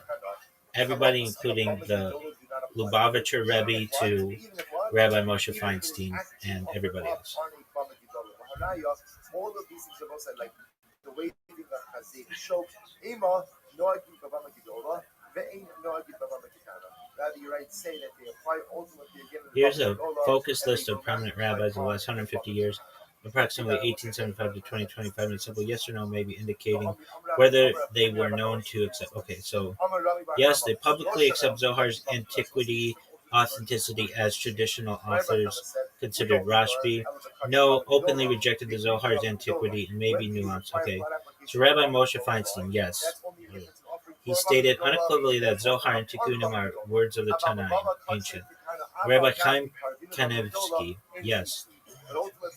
Listed among those who believed in Zohar's authenticity. Rabbi Yisrael Meir Kagan, Chafetz Chaim, yes, believed in the authenticity of the Zohar. Rabbi Obadiah Yosef, maybe nuanced, leaning yes, held that Orthodox Jews should accept Zohar's antiquity and practice, but agreed with rationally rejecting it is agreed that rationally rejecting it is valid. Rabbi Joseph Soloveitchik, maybe nuanced, leaning no, apparently dismissed the Zohar's antiquity, which suggests skepticism about traditional authorship. Good job, Soloveitchik. Rabbi Gedalia Nado, 1923 to 2004. Soloveitchik was 1903 and 1933. Rabbi Obadiah Yosef, 1920 to 2013. Hafetz Chaim, 1838 to 1933.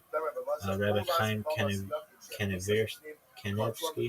1928 to 2022. Rabbi Moshe Feinstein, 1895 to 1986. All right. Rabbi Gedaliah Nadal, maybe nuance. Unsure if Zohar is genuine. Stated it's acceptable to think it isn't.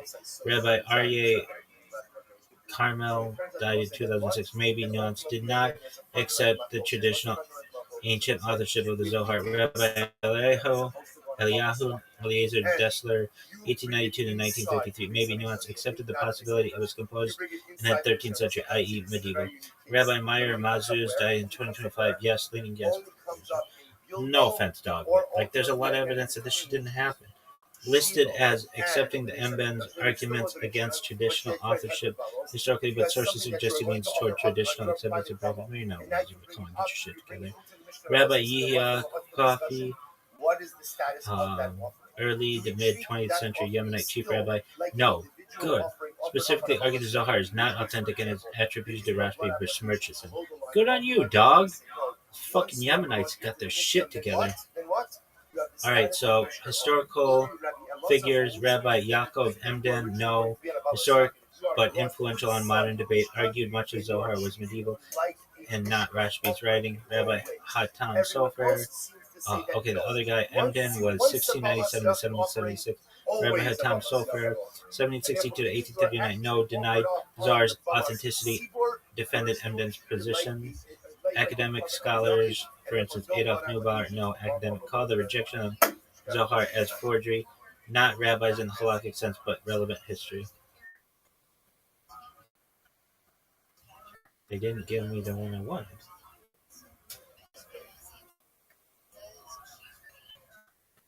I gotta take such a lose.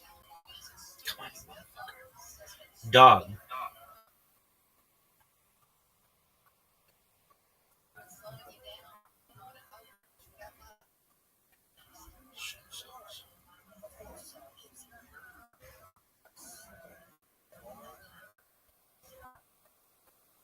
What about the Lubavitcher Rebbe?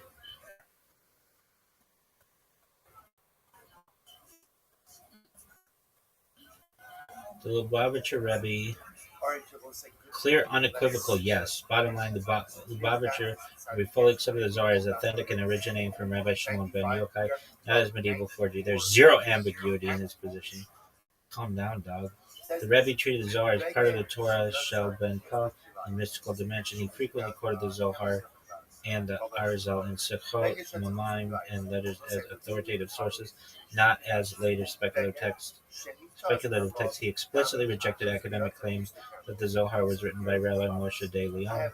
In classical Chabad fashion, he acknowledged that the Zohar may have been redacted or revealed later, but its content and authorship traced back to Rashbi. The view follows earlier Chabad rabbis, after Rabbi, Middler Rabbi, Alter Rabbi, Middler Rabbi, Zemak Zadok, who treated the Zohar as foundational, not optional. Alright, so once in summary, the Lubavitcher Rebbe held that the Zohar is an authentic transmission of Rabbi Shimon Bar Yochai, revealed later but not authored in the medieval period, and categorically rejected claims that it is a forgery. I mean, okay, so wouldn't Soloveitchik have disagreed then with the Lubavitcher Rebbe? What happens about saying, here's the wrinkle. What's the wrinkle? So again, same case. The article of clothing gets splattered with Chazir's blood. He's taken outside of the Nizam. Here's the wrinkle. It becomes coming. Outside of the Nizam. So now what's my problem? How do I bring it back in? So remember, the issue is that there is a din of kibbutz. There's an obligation to go through the article of clothing. Yes, very likely, and in substance, yes, even though they would not have framed it as an open polemic. Short answer: Rabbi Joseph Soloveitchik and the Lubavitcher Rebbe almost certainly disagreed on the historical authorship of the Zohar, while agreeing on its religious significance within Judaism. How the disagreement actually looks, clean and precise. Lubavitcher Rebbe: the Zohar originates with Rabbi Shimon Bar Yochai. Rashbi: model, revelation, concealment, later redaction.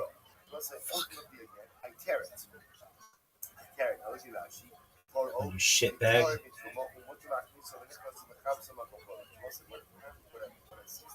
Attitude towards academia. Academic claims of medieval authorship are mistaken and based on flawed assumptions. Status of Zohar: authoritative Kabbalah rooted in Tanaitic tradition. Rabbi Soloveitchik: position skeptical or dismissive of Zohar's antiquity as a Rashbi text. Model: historical, critical, honesty is legitimate. Not everything attributed to Tannaim must literally be theirs. Attitude toward academia: comfortable accepting that the Zohar may be medieval. Status of Zohar: spiritual, meaningful, but not binding as a historical document from the Rashbi. So, what would yours be? Mine would be a total rejection of it. I hate to say it, but can't hustler.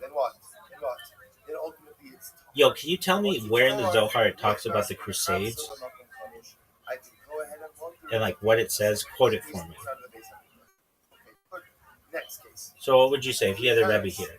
I'd be like, dog, I know that you're just following a line, but I've got AI here, baby. Like, this is smarter than all your boys. I hate to say it, but it is. It's smarter than all of us. Except when I find little errors in it. But, like, this would be a big error. If it talks about the Crusades, it'd be like, dog, checkmate. Yo, good question. Yes, the Zohar does speak about events that later Jews understood as the Crusades, but it does not say Crusades explicitly. It uses coded Kabbalistic language. Edom, Ishmael, Rome, swords, blood, and wars in the Holy Land near the end of days. Medieval Jews living through the Crusades very clearly read these passages as describing what they were seeing. Below are the main Zohar passages with actual quotes in translation, and then a short explanation of how they were understood. So Zohar 1, 119a to 119b, Parashat Lech Lecha, the most famous Crusades passage text. When the children of Ishmael, that's like, I could tell you right there, that's like what the Muslims call themselves, awakened to wage mighty wars in the world, the sons of Edom, that's the Christians, will gather against them, and they will wage war upon one another. And the Holy Land will be shaken, and many nations will fall there. Great wars will arise in the world, and Israel will be caught between them, suffering greatly. That sounds like the Crusades, dog. Why this is a Crusade? Edom, Christian, Rome, Europe, standard rabbinic code. Ishmael is Islam. Holy Land is a battlefield. Exactly what happened during the Crusades. Christians and Muslims fighting over Jerusalem. Jews massacred and between both sides. The passage was already cited by 13th and 14th century Jews as describing what they were living through. Zohar 3, 212b, Parashat Balak, explicit violence and religious warfare. Text: Edom, so that's Christianity or Rome, will rise in great strength and will spill much blood, and they will say that they act in the name of faith. They will slaughter and destroy, and the world will be filled with cries. Key phrase: they will say that they will act in the name of the faith. This is why medieval Jews immediately connected this to Crusaders, who literally marched under crosses shouting, God wills up. Zohar 1, 116b, 117a, religious violence disguised as holiness. Text. Rinsing, washing. But that rinsing, washing has to be done inside the East Lake. So if I took the key out, so it's like, you remember, there's an important halacha, which is the act of taking the key out of the East Lake is not in any way to preclude you from what? Key phrase: they will say that they act in the name of faith. We said that. Zohar 1, 116, 117a, religious violence disguised as holiness. Text. Woe to the world when Edom receives power, for they destroy and kill under the cloak of righteousness.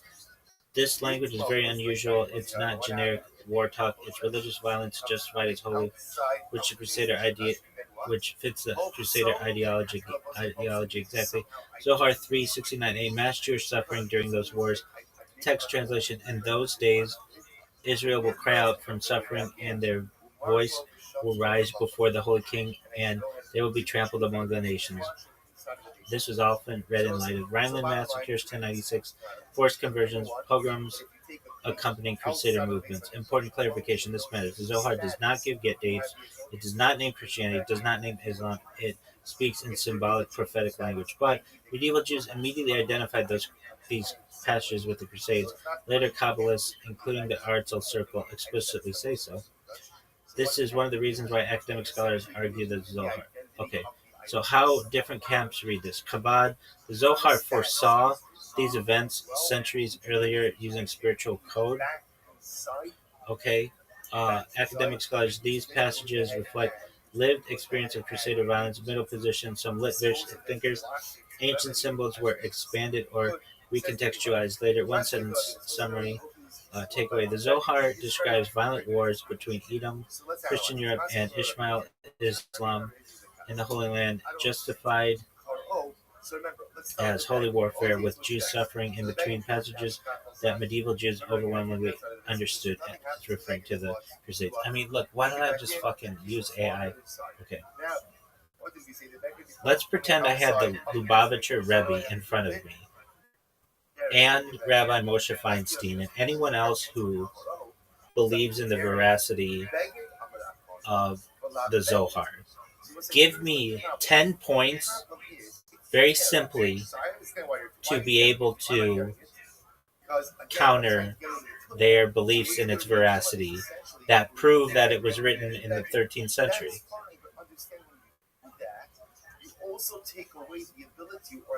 Aside from the dude's own wife, well, include in there that the dude's own wife, Moshe De Leon, said that it was a forgery.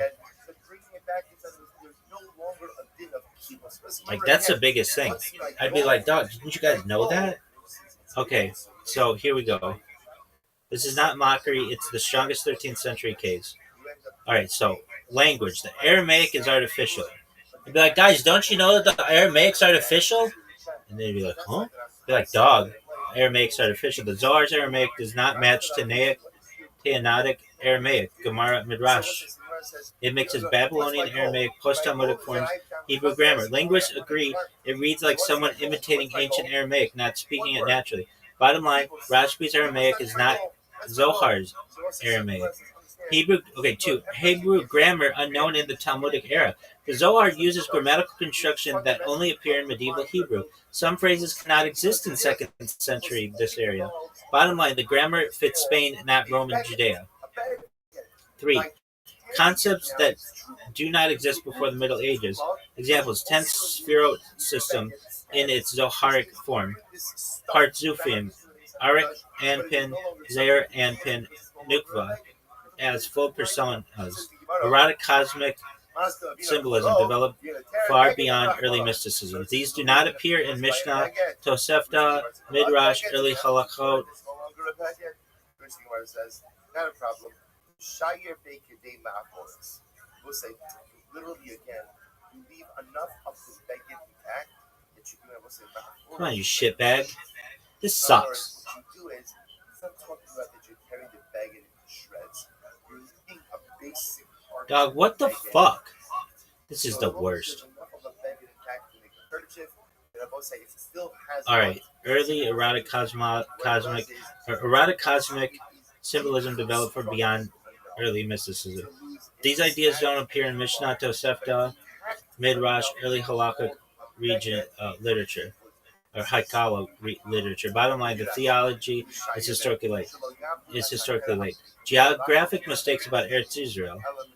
The Zohar confuses locations in the Galilee, describes travel routes incorrectly. Rashbi lived there, a medieval Spaniard would not. Bottom line, a resident doesn't make these mistakes.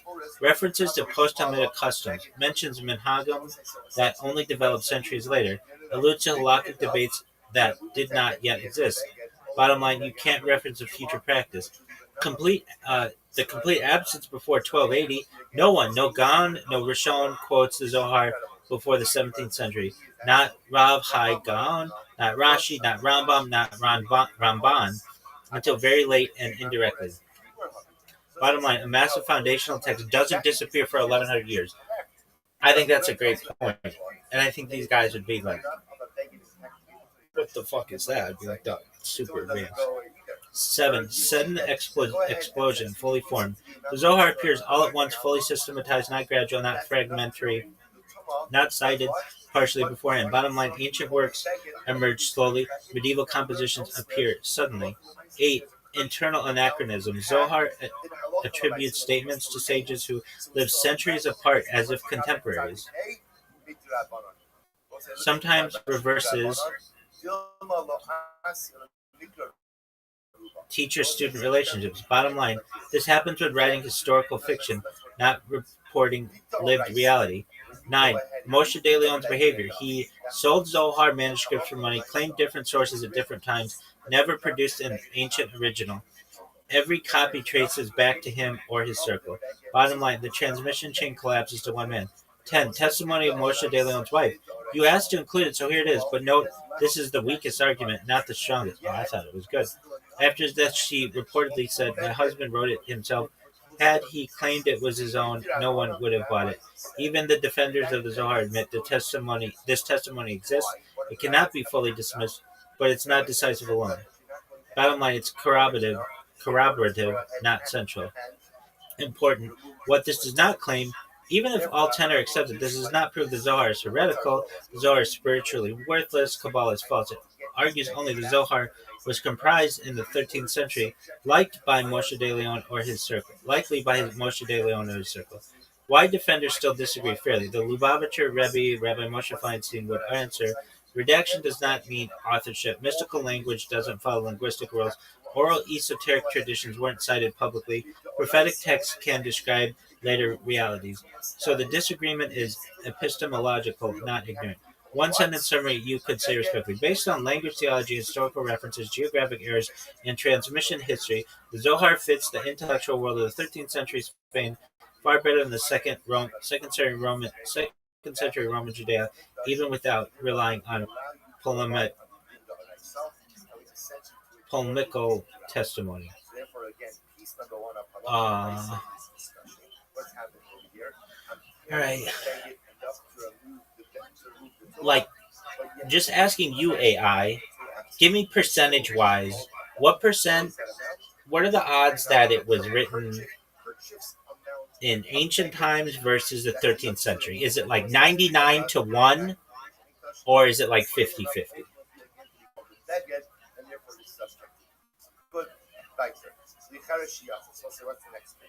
Next case is a Klicharos. Remember again, Klicharos case. Straight answer, AI to human, no hedging.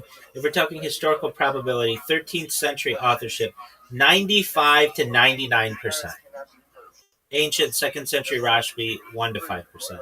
There's no controversial, that's not controversial in universities or among historians of religion. It's about as strong a consensus as you get outside of hard sciences. That's actually true. Like, that's... And I'd say to these guys, I'd say Moshe Feinstein and Lubavitcher Rebbe, dog, this thing doesn't have a dog in the fight. It would tell you it's 50-50 if it was 50-50. If we're talking internal traditional belief, Orthodox theology, ancient Rashbi origin, 90 to 100% by belief, and 13th century, 0 to 10%, usually rejected outright. But this is faith-based confidence, not historical method probability.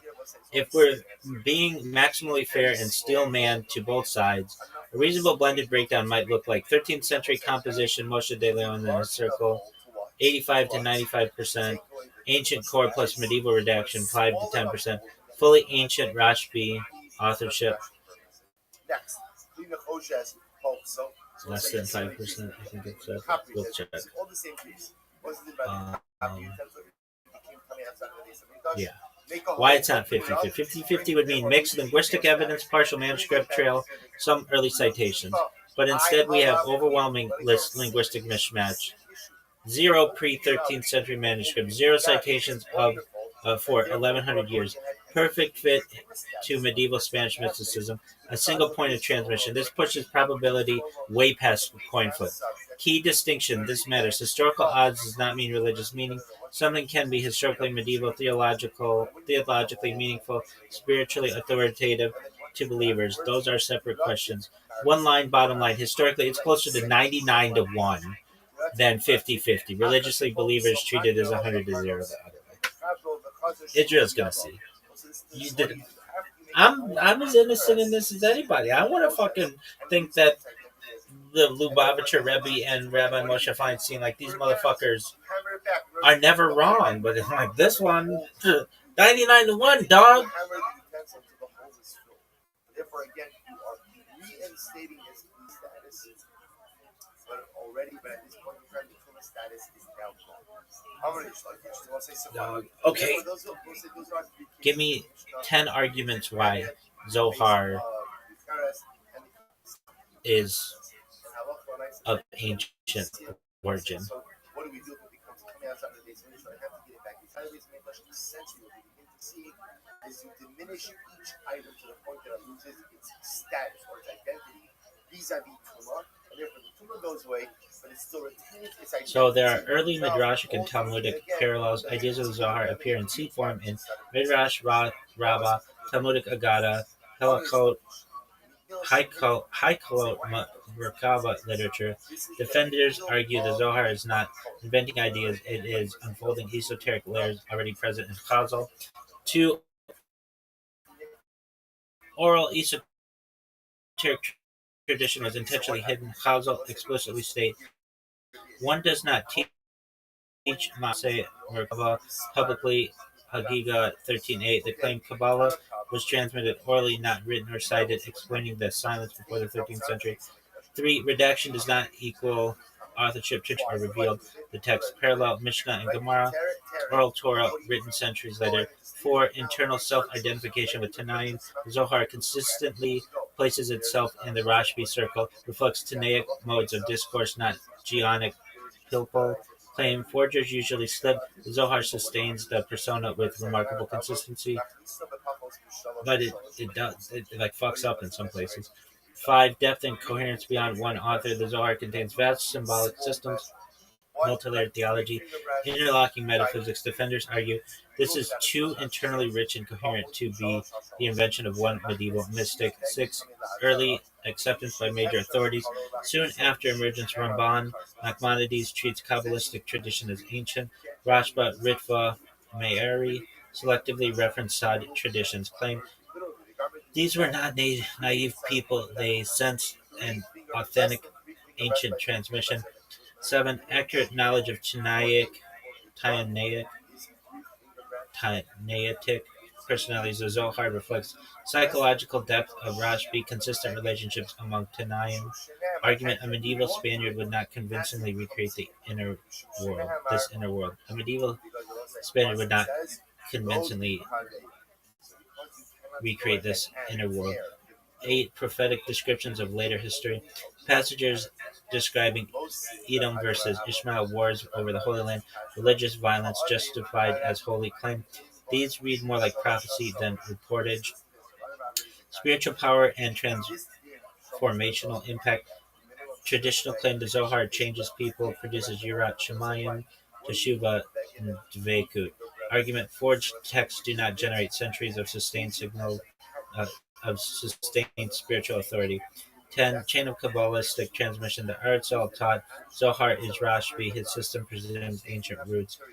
Claim the entire Luranaic framework assumes Zoharic antiquity. Its coherence suggests it didn't rest on a mistake. How defenders answer the strongest objections. The medieval Aramaic mystical language breaks normal grammar. No manuscripts. Esoteric texts were hidden. Anachronism, symbolic time, not historiography. And Moshe de Leon, he revealed, not authored. Honest bottom line, these arguments do not compel historians, but they are internally coherent within a traditional framework. Alright, so give me 10 points right now to just show that Zohar is BS. Just no ifs, ands, or buts. Be aggressive.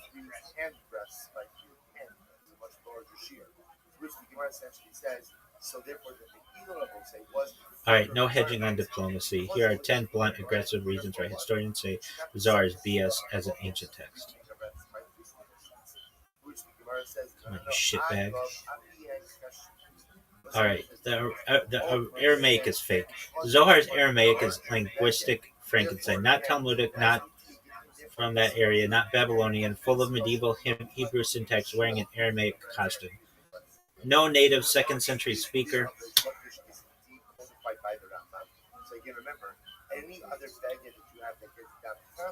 This shit is such bullshit. Okay. All of this is agreed upon standard operating procedures. You have a baguette that Okay, no native centuries, no native second. Okay, so not Babylonian, full of medieval Hebrew syntax, wearing an Aramaic costume. No native second century speaker talked like this. This alone kills Rashbi authorship. Zero evidence for 1100 years. Not one. Gaon, Rishon, Midrash, Responsive manuscript mentions the Zohar before 1280. A text supposedly written by one of the most famous Tanaim somehow vanished completely for over a millennium. Come on. 3. Appears fully formed out of nowhere. Ancient texts evolve, fragment, get quoted partially. The Zohar drops suddenly. Massive. It's complete. It's theologically mature. That's how medieval compositions appear, not ancient traditions. 4. It knows medieval stuff it shouldn't. The Zohar casually uses post-Talmudic customs, later halakhic concepts, medieval mystical frameworks. This is like finding a Roman scroll referencing the printing press. Great analogy. Geographic errors a local would never make. The Zohar screws up Galilean locations, travel routes, distances. Rashbi lived there. Moshe de Leon didn't. Character 6, so that was 5. Characters are treated like fan fiction. Tanaim from different generations talk like contemporaries, hang out together, get misassigned teachers. That's not oral tradition, that's historical cosplay. 7. The theology is way too late. The Zohar system, full Sephardic map, sexualized divine drama, Partzufim as personalities. None of this exists in Mishnah, Tosefta, early Midrash, Haikalot text. This is peak medieval Spanish mysticism in Roman Judea. 8. So that was 7. 8. Every manuscript traces back to one dude. All roads lead to Moshe de Leon. No parallel transmission, no independent ancient copies, no alternative chains. That's not how ancient texts survive. That's how authors operate. 9. Moshe de Leon acted like an author, not a discoverer. He sold copies for cash, changed his story about its origins, never produced the ancient original, and guarded the text while alive. This is author behavior, not guardian of antiquity behavior. 10. His wife said he wrote it. Yeah, people try to dodge this, but it matters. She said he wrote it himself and attributed it to Rashbi so people would buy it. Is it courtroom proof? No. Does it fit perfectly with all the other evidence? Absolutely. A brutal summary. If this were a court case, linguistics, guilty. Manuscript, guilty. History, guilty. Transmission, guilty. Context, guilty. Historically, the Zohar being ancient is not unlikely. It's dead on arrival. One-line nuclear version. The Zohar reads exactly like a brilliant 13th century mystical masterpiece pretending to be ancient because that's what it is. What was his wife's name? Because this lady seems like a truth teller and she seems cool. Fact number 1 is that items like Sara'as and like Dam Chatos are laundered with 7 different detergents. We know the list of approved detergents are not approved. Item number 6 is Miraglayim, urine. That's fact number 1. Laundering only happens here. Fact number 2, let's say, is what? You can't bring urine into the base of Mikdash. Okay, so how do I reconcile those 2 facts, one with the other? To which the Gemara says, okay, I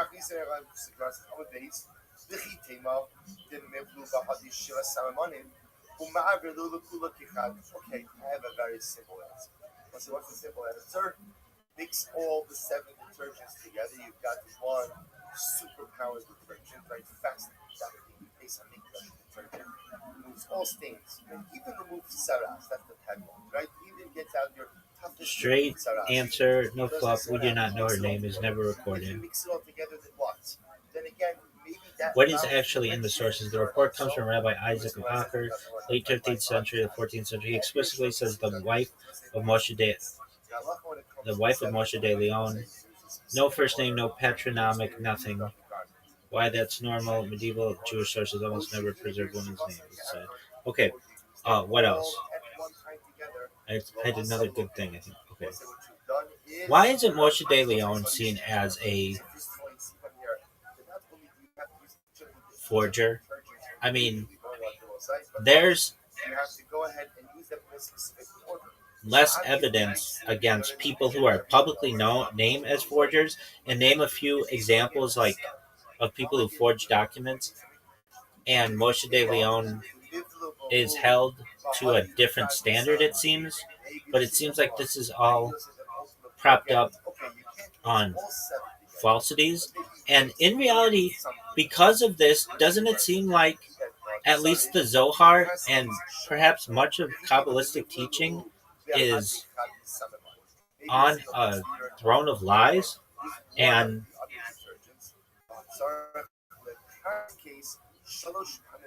a lot of emphasis is made on it, but its key discoverer may have forged it. So again, Gemara is saying you can't be mixing urine with something else because the urine itself has to be used individually. So again, I will say just deals with a fundamental issue, which is what. So say, so you see yourself. By the way, This is actually a very good, serious question, and you're right to notice that Moshe de Leon is treated differently than many alleged forgers. Let's unpack this cleanly and honestly without polemics. Why Moshe de Leon is singled out. Moshe de Leon isn't labeled a forger because people need a villain. He's singled out because of rare convergence of evidence that almost never exists in medieval cases. Here's what makes him different. A single point transmission. Every early manuscript of the Zohar traces back to him or his immediate circle. There is no parallel independent chain. That's already unusual for an allegedly ancient text. Most forged texts don't have such a tight funnel. Contemporary investigation. This is crucial. Rabbi Isaac of Acre, a believing Kabbalist, not a skeptic, actively investigated the Zohar right after De Leon died. He interviewed people who knew De Leon personally. This almost never happens with medieval texts. So this isn't an academic speculation. It's near contemporary inquiry.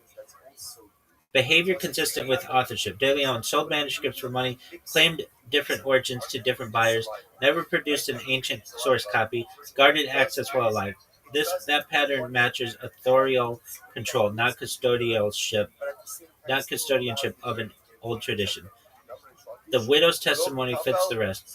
On its own, the statement would be weak, but combined with linguistics, manuscript history, geography errors, sudden appearance, it locks in rather than stands alone. That's why historians take it seriously. Why other forgers get less heat. You're right, many forgeries have less evidence against them. The difference is we know they're forged because of external contradictions, dates, scripts, materials. We often don't know who did it, or the forger lived centuries earlier, so no witnesses exist. Moshe de Leon is unlikely in one sense. Moshe de Leon is unlucky in one sense. He lived right at the moment when scrutiny, travel, and record keeping made exposure possible. Is Moshe de Leon held to a different standard? Yes, but not unfairly. He's held to a higher standard because his claim is stronger. This is a secret book written in the 2nd century Tanakh and hidden for over 1,000 years. Extraordinary claims invite extraordinary scrutiny. If someone today said, I found Plato's secret metaphysical diary, you'd apply the same pressure. Exactly. Or Rambam's post-it notes. Does this mean the Zohar and Kabbalah are a throne of lies? Here's where we need to be careful and honest. Historically, yes. The claim of Rashbi authorship is almost certainly false. That part does not hold up. Philosophically, religiously, not automatically lie. Many religious traditions function with pseudepigraphy,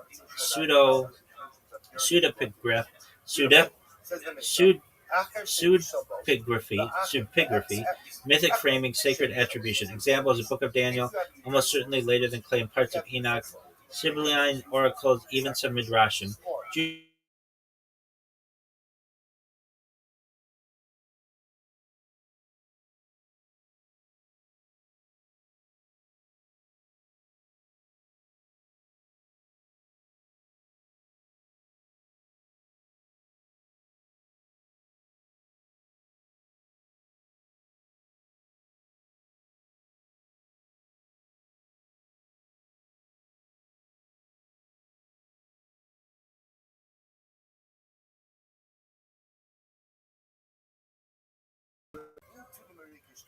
Shimon said, Going.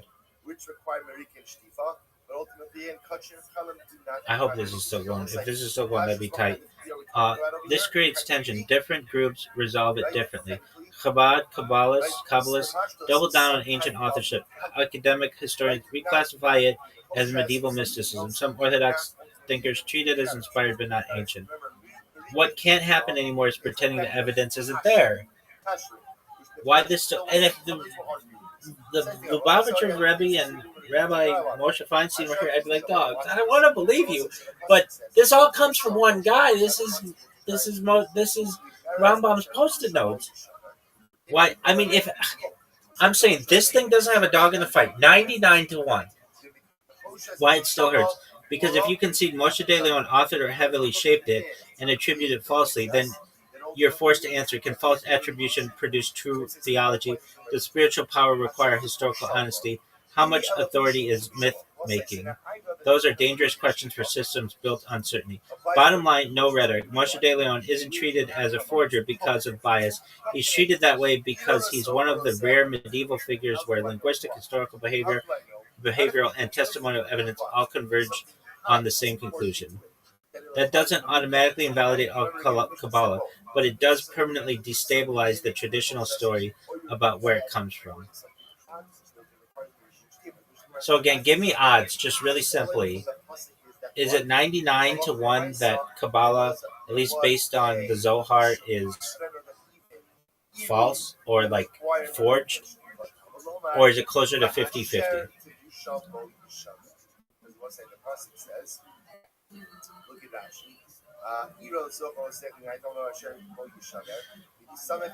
All right.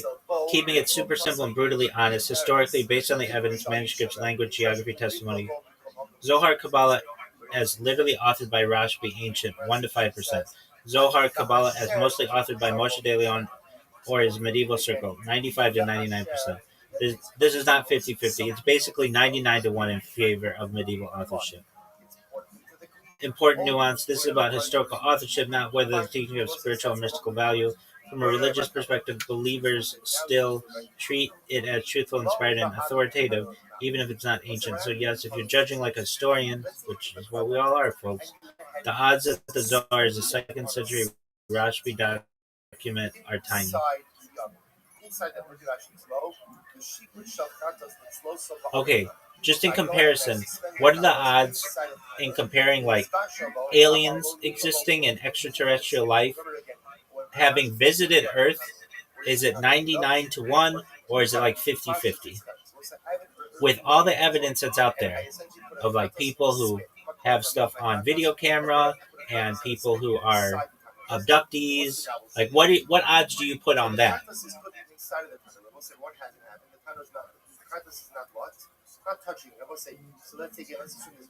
All right, same framework, same bluntness, but I'll keep it grounded. I'll separate two very different claims. Odds of alien life exists. Alien life exists somewhere, microbial or simple, 90-99%. Complex or intelligent alien life exists somewhere, 50-80%. Technological civilizations exist elsewhere, 20-50%. Why hundreds of billions of galaxies, trillions of planets, organic molecules everywhere, exoplanets in habitable zones are common, and right? Ultimately, again, there has to be both cooking and absorption. Or do we say no? Anytime you cook I mean, this is all how it's programmed too. But I mean, even then, it says, okay, so aliens have visited Earth in the past. 1-5% aliens are visiting Earth now. 1-2% aliens regularly abduct humans. Not less than 0.1%. Well, if you, I mean, the rabbis are going to be on me and they're going to be like, look, dog, you think this shit is happening or has happened for like lots of years. You're at 1% here, and I'd have to say, yeah, but I think this thing is flawed. They'd be like, well, we think it's flawed. I'd be like, so believe what you want to believe. But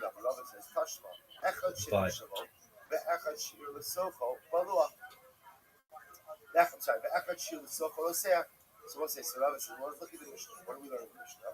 That whether the kli, something was cooked inside the kli, or you poured something hot So, Okay, again, the police says to the carbon. What do you see from here? You see from here that Balua Elo Bishul.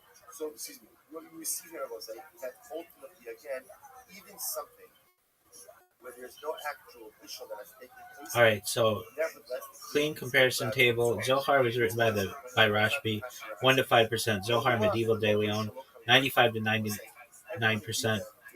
Alien life exists somewhere, 90 to 99%. That's pretty good. I mean, that's actually really good. The only disagreement that I have, I think, is it has more effect on Earth. Intelligent life exists, 50 to 80%. Those are really high numbers. That's way more than Zohar. Aliens visit Earth, 1 to 5%, and aliens abduct humans, 0.1%.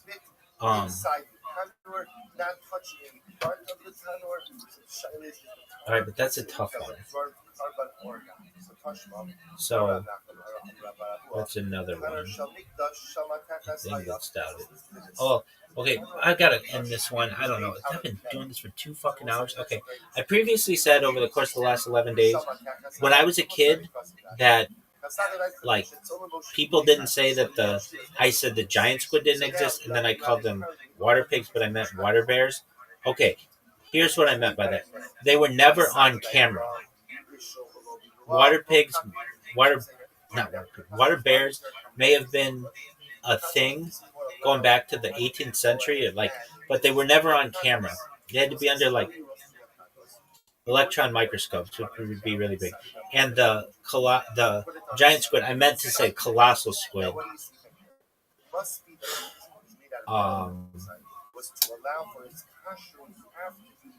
They weren't ever on camera until the early 2000s. And I'm telling you, if you would go out and talk about the colossal squid being a thing, people would say that you're talking about the Kraken and all of these stories of ancient mariners of antiquity, and it'd be actually we've got this thing on camera. Oh, and the other thing, we had seen bodies wash up on shore, but the first time it was on camera, a living one, they tracked the baby in 2007. This Japanese crew. And why is that important today? Because when I was a kid, people would say, "Well, you don't have it on camera, so how can we believe it?" And even before that, I'm sure people were like, "Well, you don't have a picture of it." Even before then, you'd have you don't have a sketch of it, whatever. And I asked a question yesterday to AI. Okay, so I may have inadvertently called the giant squid the colossal squid, or meant to call it the colossal squid. Okay, can a giant squid and a colossal squid mate? It's a good question, and I think it's too soon. I don't think we know, and maybe in the future people will be like, "Oh, of course they can mate," or maybe they absolutely can't mate. We don't have any evidence that it's happened. But that doesn't mean that it can't be true. I have to take such a shit. Allegedly. Are you done? I don't know. I guess I take allegedly. Alright, are you done? I don't know. I was only going to talk for 10 minutes. You fine. Go fuck yourself. Why not? I got a whiz. Dog, hurry the fuck up. Come on, you little bitch. Which was made out of curdled milk and moldy bread. He's a crowd pleaser. Don't dismiss it. Let's say you serve it at the game. It's great. So let's do this. So Rabbi said he would not allow people. By the way, this is actually a very important halacha for myself. He would not allow people to make fleishik bread. Out of a concern that even if your intention was to go ahead and to eat it with a fleishik meal, you may come to go ahead and eat it with this milchik dip. Therefore, again, you would not allow the use of this fleishik up. So they say, where is the kasha? In Russian. So actually, you know what? We'll stop over by the next day. We're going to pick up the answer tomorrow with a little bit of the sugya of fleishik or milk, which is a very, very, very important piece. I love it. Nice little pick up the answer of the kasha.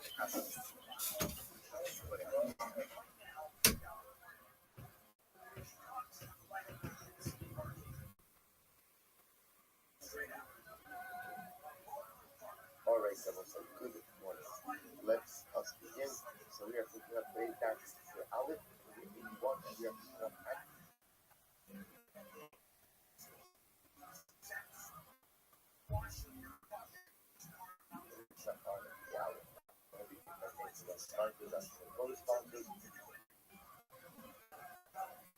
So the month of Siv and stuff came out in the rose one, dedicating all the children of Josh's this month.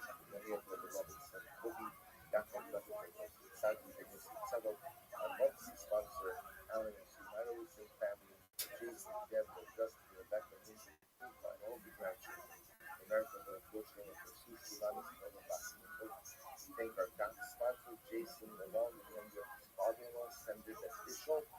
Speedy recovery for his mother-in-law, Kaya, Hannah, Risha, Das, Ashton, and Sina Aiken, who dedicated the Daf Day in honor of Barry and Julian Bosney, for hosting our Dr. Armenian and Shimmy Bosney, for gathering and beautiful. Also, we thank all of our sponsors very much for their incredible generosity. Cast, let us be to top of the Aleph, brand new Mishnah. Says the Mishnah. Excess, what's the memory again? Still continuing living in the scene of how much of a particular item must one carry in order to be carried. So remember again, the answer to that is always the same, which is that halakha is you can carry a unit of kashivas. You can carry an amount that is considered to be kashiv in order to be carried for itself. Of course, the variable is the amount that is considered to be kashiv for one item will not be the same amount that is kashiv for different items. He says in this one, XM is a last of paramount. So this is to carry out the bone. So a bone, you carry out enough bone to go ahead and make a spoon. And if you go make a last of stone, it says enough bone in order to make out of it a lock. A lock, see that was a leading one. So for this glass, they did the bow rosh hakar in order to go ahead and scrape half of the pick. The pick that's the association with an item to separate out the warmth and the rest of the rest. Sugar or a stone or a pebble, they use no bow is large enough to throw at a bird in order to scare it away. So the loss of the yaakov, unless they lose up the minimum, large enough ultimately against the large animal in order to go ahead and scare it away. Said to the Imam, issue that he did nothing, he will say again. We're assuming over here that when Rabbi are doing a kind of discussion about how large of a pole must one carry in order to go ahead and carry it for Otsah on Shabbos. So Rabbi says the Bible did not finish his food, and Rabbi says it not finish a lot. So the assumption is that Rabbi Huda's shear is larger than the Tanakama. You must say, how long the shear do that? But in general, again, with the Machos of Rabbi Huda, and that one of the reasons that one of the large shear, in which the Gemara says, Ula Kafi Kosakas. You're right, when Rabbi Huda said, let's go to the lot. Actually, it was a lot entirely. Now, what they do, the teeth of the lot. So, in fact, the shear is smaller, and when she said, let's go to the lot, the teeth of the lot.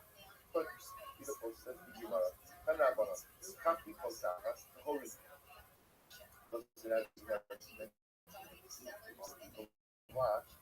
Ultimately, getting right hold on the halakha. That's when it comes to keep of the lot, keep himself fully understanding the lot.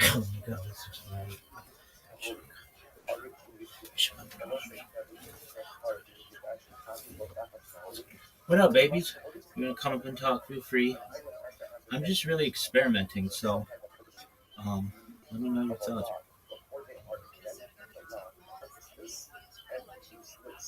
As such, they are not about Torah.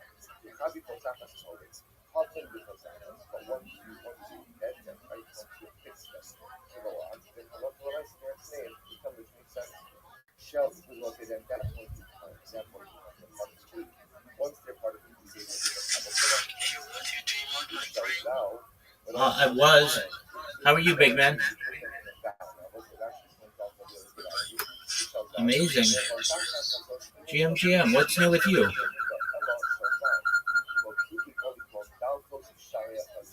What's new with you, big dog? Do you have a project or anything?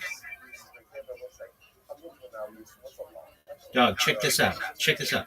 Wait, I don't know if you have an iPhone. Oh, whoa, no way. Doug, do you have an iPhone?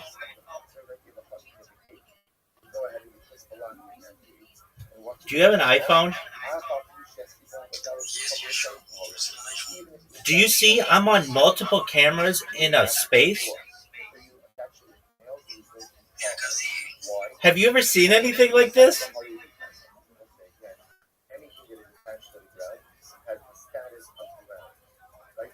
Have you ever seen anything like this? Me either. Wow. I did not know this was possible. It's pretty cool, isn't it?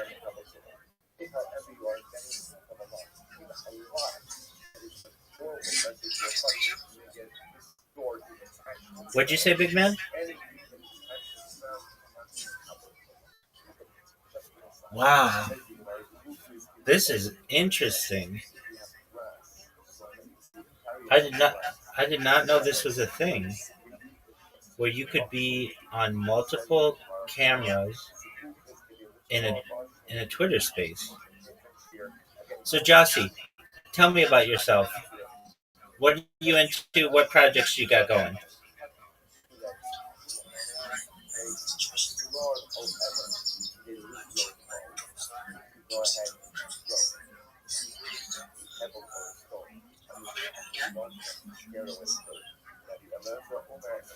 Excellent. Jossie, if you want, I'll help you. Okay, so first thing that I'm going to do, I'm going to send you a message, and it's going to help you as a reply guy. We're going to make you into more than a reply guy. We're going to make you into a full-on social media marketer, which is what you're going to want to do, because that's going to give you an opportunity to be successful in the future. So just one moment. The fact that you have an iPhone is really cool. All right, Jossie, first thing I'm going to do, I'm going to send to you an invite. Okay. Oh, my pleasure, my man. Okay, so what I want you to do is look at the messages that I'm sending you in the chat on X, and you should see. Yo, what up, Alicia? How you living, girl? I'm following you. Alicia, if you have an iPhone, you probably have never seen this before. Somebody on so many different cameras in a Twitter space. This is wild. Yo, what up, Crypto? Crypto, do you have an iPhone? Okay, that's all right. So if you're wondering, what are you so excited about? I'm on camera in this Twitter space, and you can actually see me in the Twitter space. And normally people aren't on camera in the Twitter space, and I'm actually on two different cameras at once. So, Crypto, are you a social media marketer? Spear, my man is here. Spear, can you hear me? Spear, come on up. Spear, my man, I want to talk to you. And I know you guys are getting some feedback. Apologies, I'll fix it in a second. Okay. Crypto Kin, are you a social media marketer?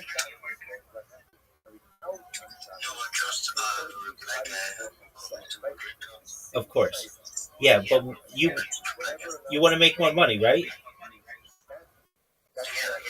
Absolutely. Okay, so I can help you to do that. I'm going to send you the same message that I sent to my man Jossie. And Spear's gotten this. He knows what's up. Jossie, can you check your messages Jossie, check your messages and look at the messages that I sent you. Read them and let me know if they make sense to you. Can you do that for me, Jossie? Okay, excellent. While you do that, my man, we've got Spear here. So Spear, I'm gonna send, or no, I mean, we've got CryptoKin. CryptoKin, just for a moment, I'm gonna send you a message, and then CryptoKin, I want you to read what I'm sending, and I will explain how this is gonna help you. So basically, you guys right now, many of you are just reply guys, which is cool. But I want you to be more than that. I want you to be full on social media marketers. And I'm going to help you to do that. And everything I tell you is free. And I've helped 50 people recently to become social media marketers. And so, what this is going to do is it's going to help you. If I may ask, Crypto King, do you have a resume? Okay, that's okay. I'll help you to make one. Okay, so what you want to do, Crypto King, go look in your your X messages and read what I sent you and make sure it makes sense to you. And if it doesn't, then I'll clarify anything. But it should be like the best few messages anybody's ever sent you. It's going to change your life. You're welcome, my friend. While you do that, we've got some other people in here. What up, Peter? Peter, come on up if you want to talk. Spear, are you there, my man? Hey, how you living, big dog? Spear, do you have an iOS device or an Android device? No way, Spear. Come into this space on an iOS device. Can you see I'm on camera? And you can see me on two different cameras, right? Oh, just one camera. Okay. Well, that's okay. That's better than most people. Um. All right. Very cool. So Spear, if you guys don't know who Spear is, he's a co-founder of GT Network HQ. If, oh, my device just restarted. Pardon me. My device just restarted. I think I overwhelmed it. We'll see if I can get that device back in. If not, the space will end, and that's okay. No worries. We were just trying something new. But for anyone who can hear me, my man Spear, he's the co-founder of GT Network HQ. He's a space marketer. He's a quant. He's a space president. And if I may ask, Spear, you got the message that I sent you to how to increase your, uh, make your link tree and all that, right? Yeah, I didn't get the message. I didn't get the message. Excellent. Very well. Okay. And so you know how it is. When you have time, you get it done if you can. And to my other friends, Jossie and CryptoKin, you do the same. And um, if you can do it, that's great. If you can't, I understand. I'm just trying to make you more successful than you already are. And I am going to try to reconnect to this space. We'll see if it works. If it doesn't work, no big deal. Oh, okay. It just worked. Okay. Let's see if we can change the sound. Hopefully this is better. All right. So cool. All right. So Jossie and CryptoKin, you guys are probably still reading the messages that I sent you. All right. So what is this going to do for you? So basically, what I'm sending everybody, and I'll send it to you as well, Alicia. I don't want you feeling left out. Oh, Alicia, you got to follow me. Follow the account that's in my hand. It's the one with the circle around it, and it's 2xthot. Okay, so what does this strategy do for you? It is going to allow you. Well, what do I say? First, you have to create a link tree. If you don't have a link tree, do so. Then what you do is you connect all the social media that I send you in the message. Why is that good for you? Thank you, Alicia. I'll send you the message right now. What is that going to do for you? it is going to allow you to, just for a moment, I know I'm getting feedback here. Maybe let's see here. How do I avoid getting feedback? Okay, just for a moment. I'm going to switch. My microphones. Okay, so what does this do for you? It is going to give you, I give you a list of 30 different social media platforms. And what you do is you create the social media accounts. And what this does for you is it gives you 30 different places to promote yourself, to promote your clients, to be able to get new business from new clients. It's going to allow you to dominate social media and dominate things like AI and search engines. It's going to make it very difficult for people to impersonate you. And that's what we want. Then, what you do, once you create all this social media, you come to me, I'll look it over, I'll make sure it's good. Once it's good, and we say it's great, then we're going to put some AI videos on your social media so that it's not just plain and it's not just a skeleton account. Then, what we're going to do is we're going to teach you how to join X communities, join Discord communities, join Telegram communities, join Facebook communities, because I'm sure, as you've all heard, your network is your net worth.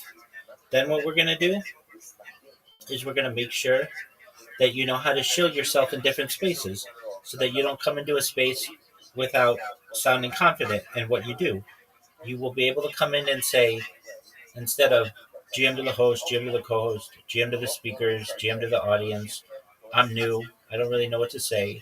You're going to be able to come in and say, GM everyone, my name is XYZ, and I am a full stack social media manager. I would love to be able to promote your content on my 30 different social media platforms.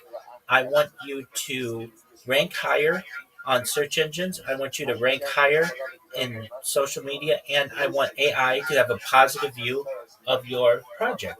What I'm also going to be able to do for you is get you more DMs about people interested in your project, more people who are interested in buying your NFT or buying your cryptocurrency, work with you. And then what I do is I give people basically a, says for $5 I will promote your project on 5 of my social media accounts. For $10 I'll do it on 10, and for $20 I'll do it on all of them. And this is a really great way for you to be able to make money. And it's a really great way for projects to be able to get themselves promoted on your social media as you start to grow it. And once you get a big account, maybe on one of these other social media platforms, you can charge more money for it. But this is just a basic breakdown of what I advise people do. And with that, Alicia, I sent you the information that I sent everybody else.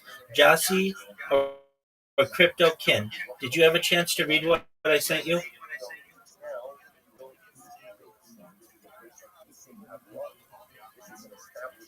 Jossie or Crypto Kin, did you have a chance to read what I sent you? Okay, take your time, Jossie. Absolutely. And Spear, I've got an updated version I'm going to send you. I want you to read this as well. Um, so Spear is an outside the box thinker. If you guys don't know Spear, send Spear a follow. He's a really interesting person. I love the way that he thinks. He is a very creative individual. And if you guys haven't connected with Spear, please be sure that you do. All right, Spear. So I'm sending you the same message that I'm sending these other people, and I've sent you a version of it, but I've updated it since I last sent it to you. Additionally, what I've done is I've got another addition to it that will teach you how to get a job. Basically, you need a resume, and then it has a list of all of the different recruiting companies that will help you to get a job. And like Spear, you're already on Spaces quite often. but there's nothing that says that you couldn't be multitasking and working for a company and getting paid a weekly salary at the same time. You can work remotely and do that. So, Spear, if you have a chance, read what I sent you and then let me know if it makes sense. And if you have questions, I'll certainly answer your questions in the best way that I can. And if anybody else has any questions, let me know. So you guys should know I stream my life 24 hours a day. And I've been doing Twitter Spaces, video Twitter Spaces, now for almost an entire year, 24 hours a day. So I basically have an entire year just on Twitter Spaces and data. And then I have 4 years of my life on YouTube. Go ahead, Spear.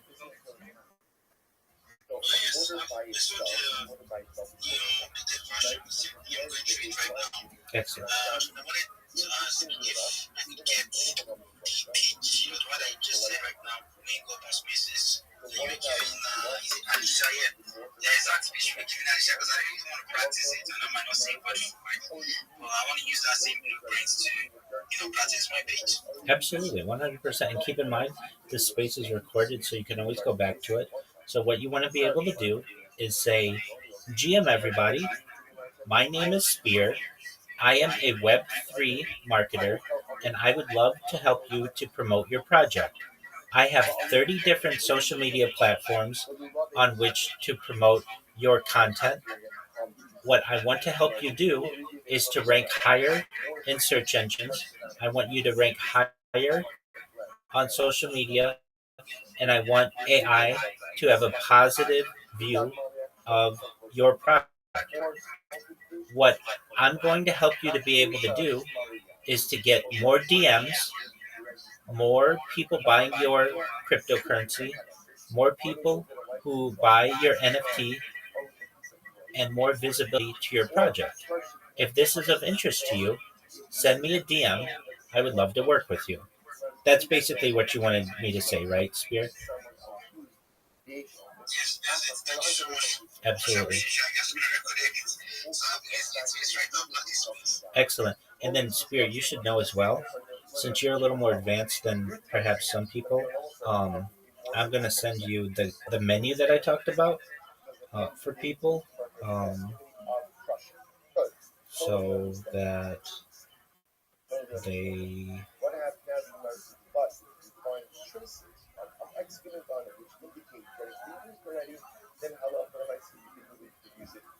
That you can send it to them. So just one moment.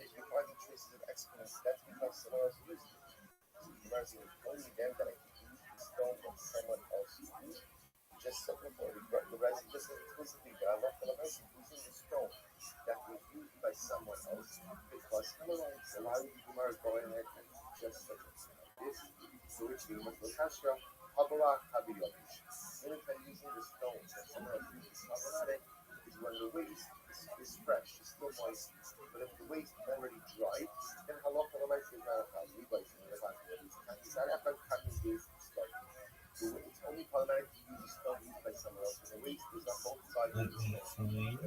message. Let's see here.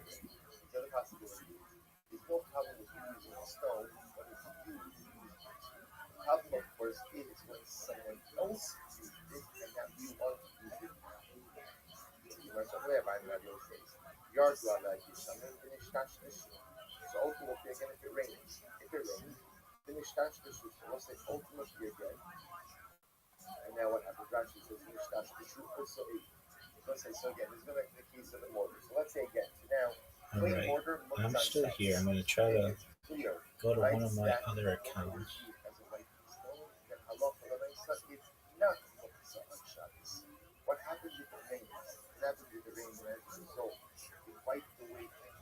But I will send you the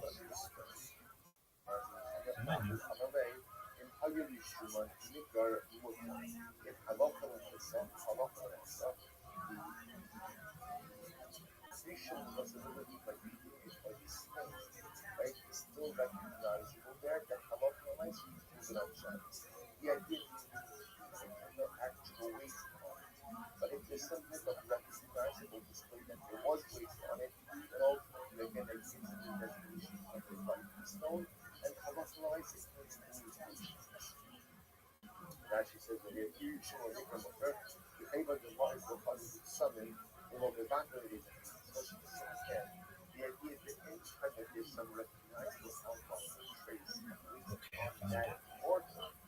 person's not willing to use it to grind on the summit. That's a line.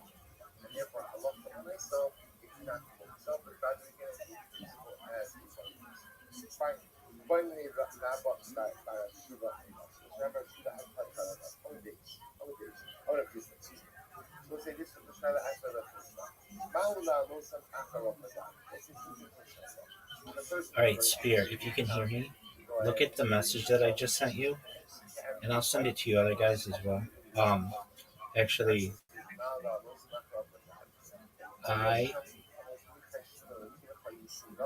I need to make one small change in it. So Spear, I'm going to delete it, and I'm going to just put what your name is.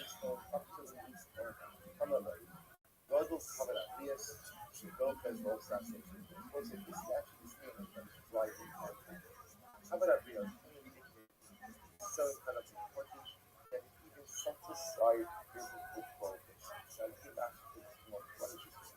The doctor knows that. So see, the salam command, finally something they don't need to know. So what's it? You can do that in the halacha on Shabbos HaDei, which means you go ahead and you see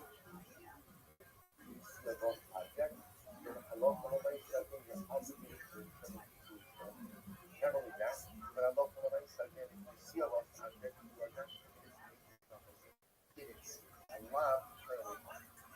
What happens if someone finds something and ultimately again it's in the repeat process? It's just not appropriate for them to go ahead and return this. Like the God Hadar finds a sack, right? Finds a sack. And it's not that cold because it does Hadar to pick up a sack and try to find it. The halakha is to commit it to turn away. So in that kind of situation where Shabbos HaDei, the compromise is dignity, you're not obligated to return the law. Gemara highlights this as a general principle that in general, when it comes to the preservation of human dignity, the preservation of human dignity is so important that it even has the ability to set aside the biblical prohibition. So the words are different areas as follows. The need to properly wipe oneself after defecating is incredibly important, and the absolute necessity of human dignity. So because of that, one would in fact be permitted to go ahead and carry the stones up to the roof. Even though again carrying up to the roof may be an additional exertion, but Allah is quite an exertion for the preservation of human dignity. Therefore, it is Yosef All right, Spear. Look at the message I just sent you. It's basically like a menu that you can send to people when you're done. I'm going to send it to you, Alicia, right now as well. And Crypto King, I'm going to send it to you too.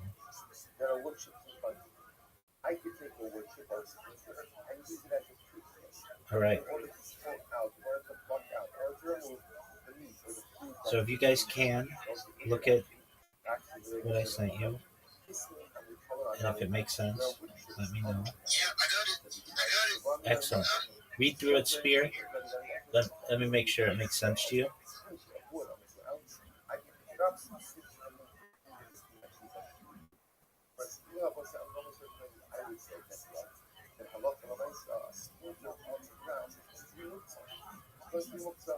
Nevertheless, again, to remove the food between my teeth is considered to be coming up this.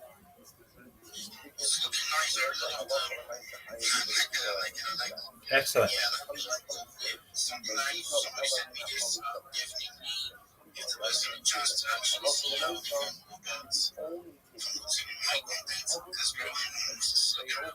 Excellent. Yeah, no, I'm in agreement with you.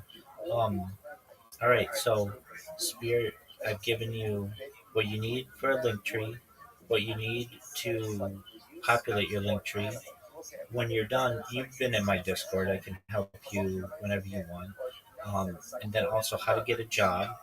Spear, do you have a resume? Okay, excellent. So long as it's updated, do you have like a ZipRecruiter account and an Indeed account and a Career Builder? Do you have those kinds of accounts? Okay.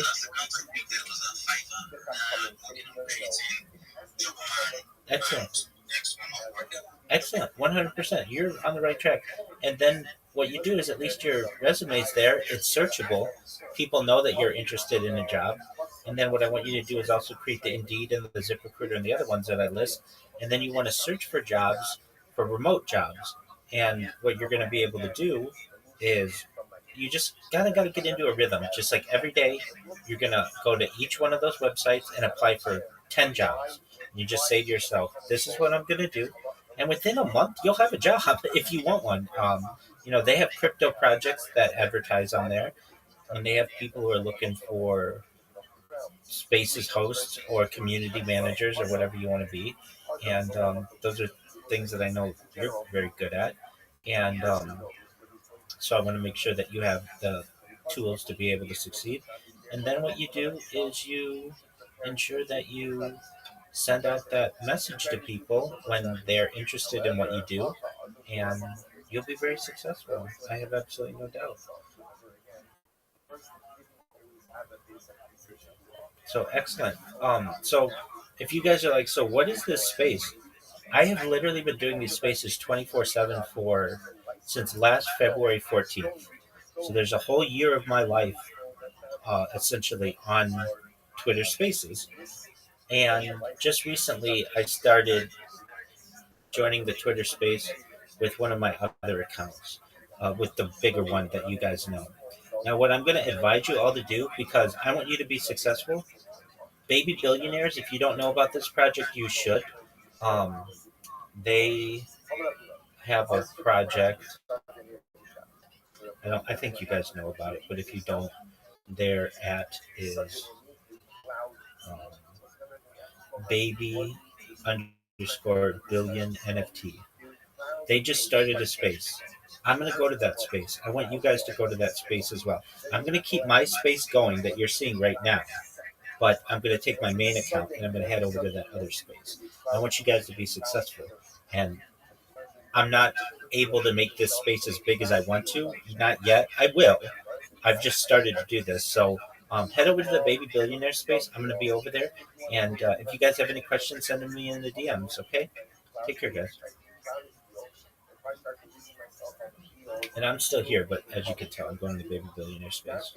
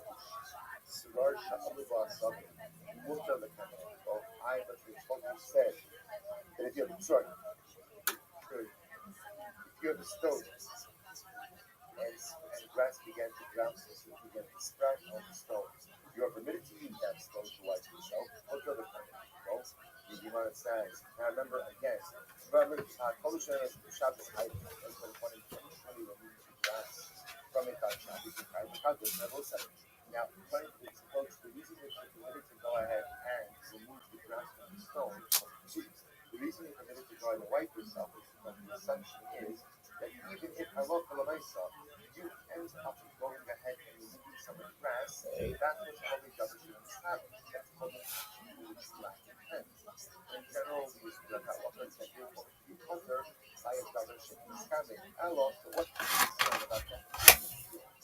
Alors, so what not gives me Eloi, the Shogun with Hasoi. That was an interesting enough in a different discussion.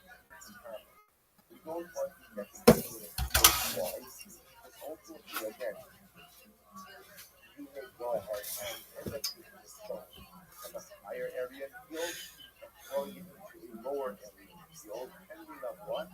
Ending up leveling out the ground. With a higher machine that happens, isolate the ball, it's coming up, so that if you have a pit and you add to level out the pit, so what's going to die is if you do this inside the money, higher machine ball, was higher but suddenly in this field, higher machine ball. Ultimately, it will be higher because of the ground. So there was a turn that interesting enough to the issue of technically a ground field. Kumar actually said it's not an issue to come to your field, but then I'll do this for you yourself. It doesn't really seem to be an issue to go ahead and issue grass and stone. Unless the issue is that traditional is happening. You're not seeing that really that unintended. Rather, it seems to be one that's not ground. How is it comparable? So because if you end up taking the stone from one area and throwing it into the depression of the ground, thereby leveling out the ground, you are high ultimately again because of ground. Ufa, let's go back and analyze this. Shlokish, so Amr Shlokish, Swarsh, Aluba, Sadin, Mutula Kanefo, what Shlokish says before, that if you have a stone that grass is sprouting on it, you are permitted to wipe yourself with that stone on the Shabbos. Polish in an episode is high crackle, which one goes ahead and, however, tears the grass off, uproots the grass from that stone on Shabbos. You be high or you high the Chazah. Let's go.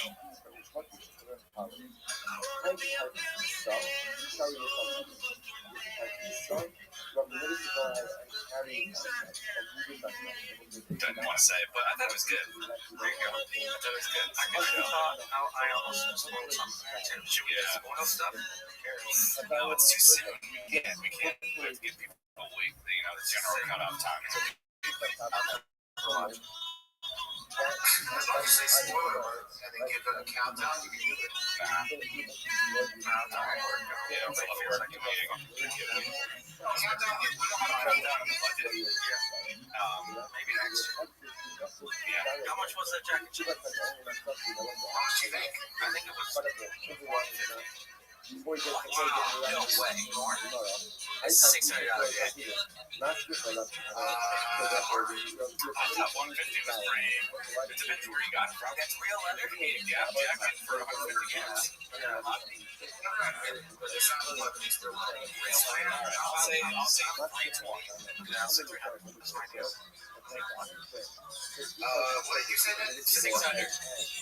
So what's closer? This is like 425. Okay, well I'm overpriced. Yeah, I'm running 425. Dude, start on 26 with a win. That's sick. Hell yeah.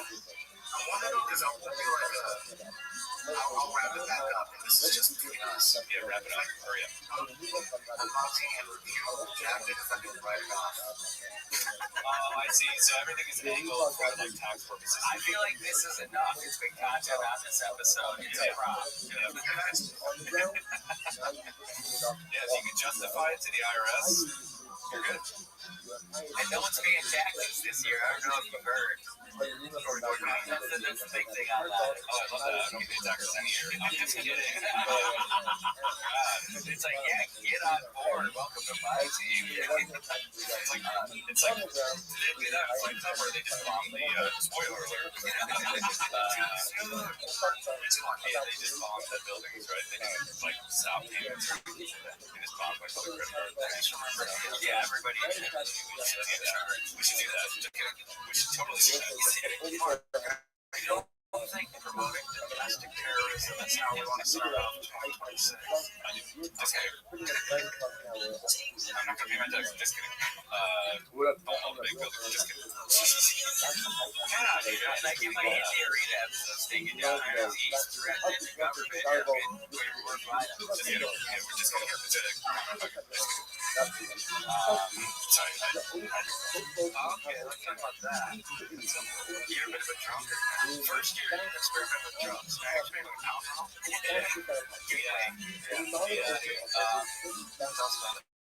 Yeah, I mean, once you got out, once you try out, Hot 93.7, tell us what you're drunk. Why you're drunk.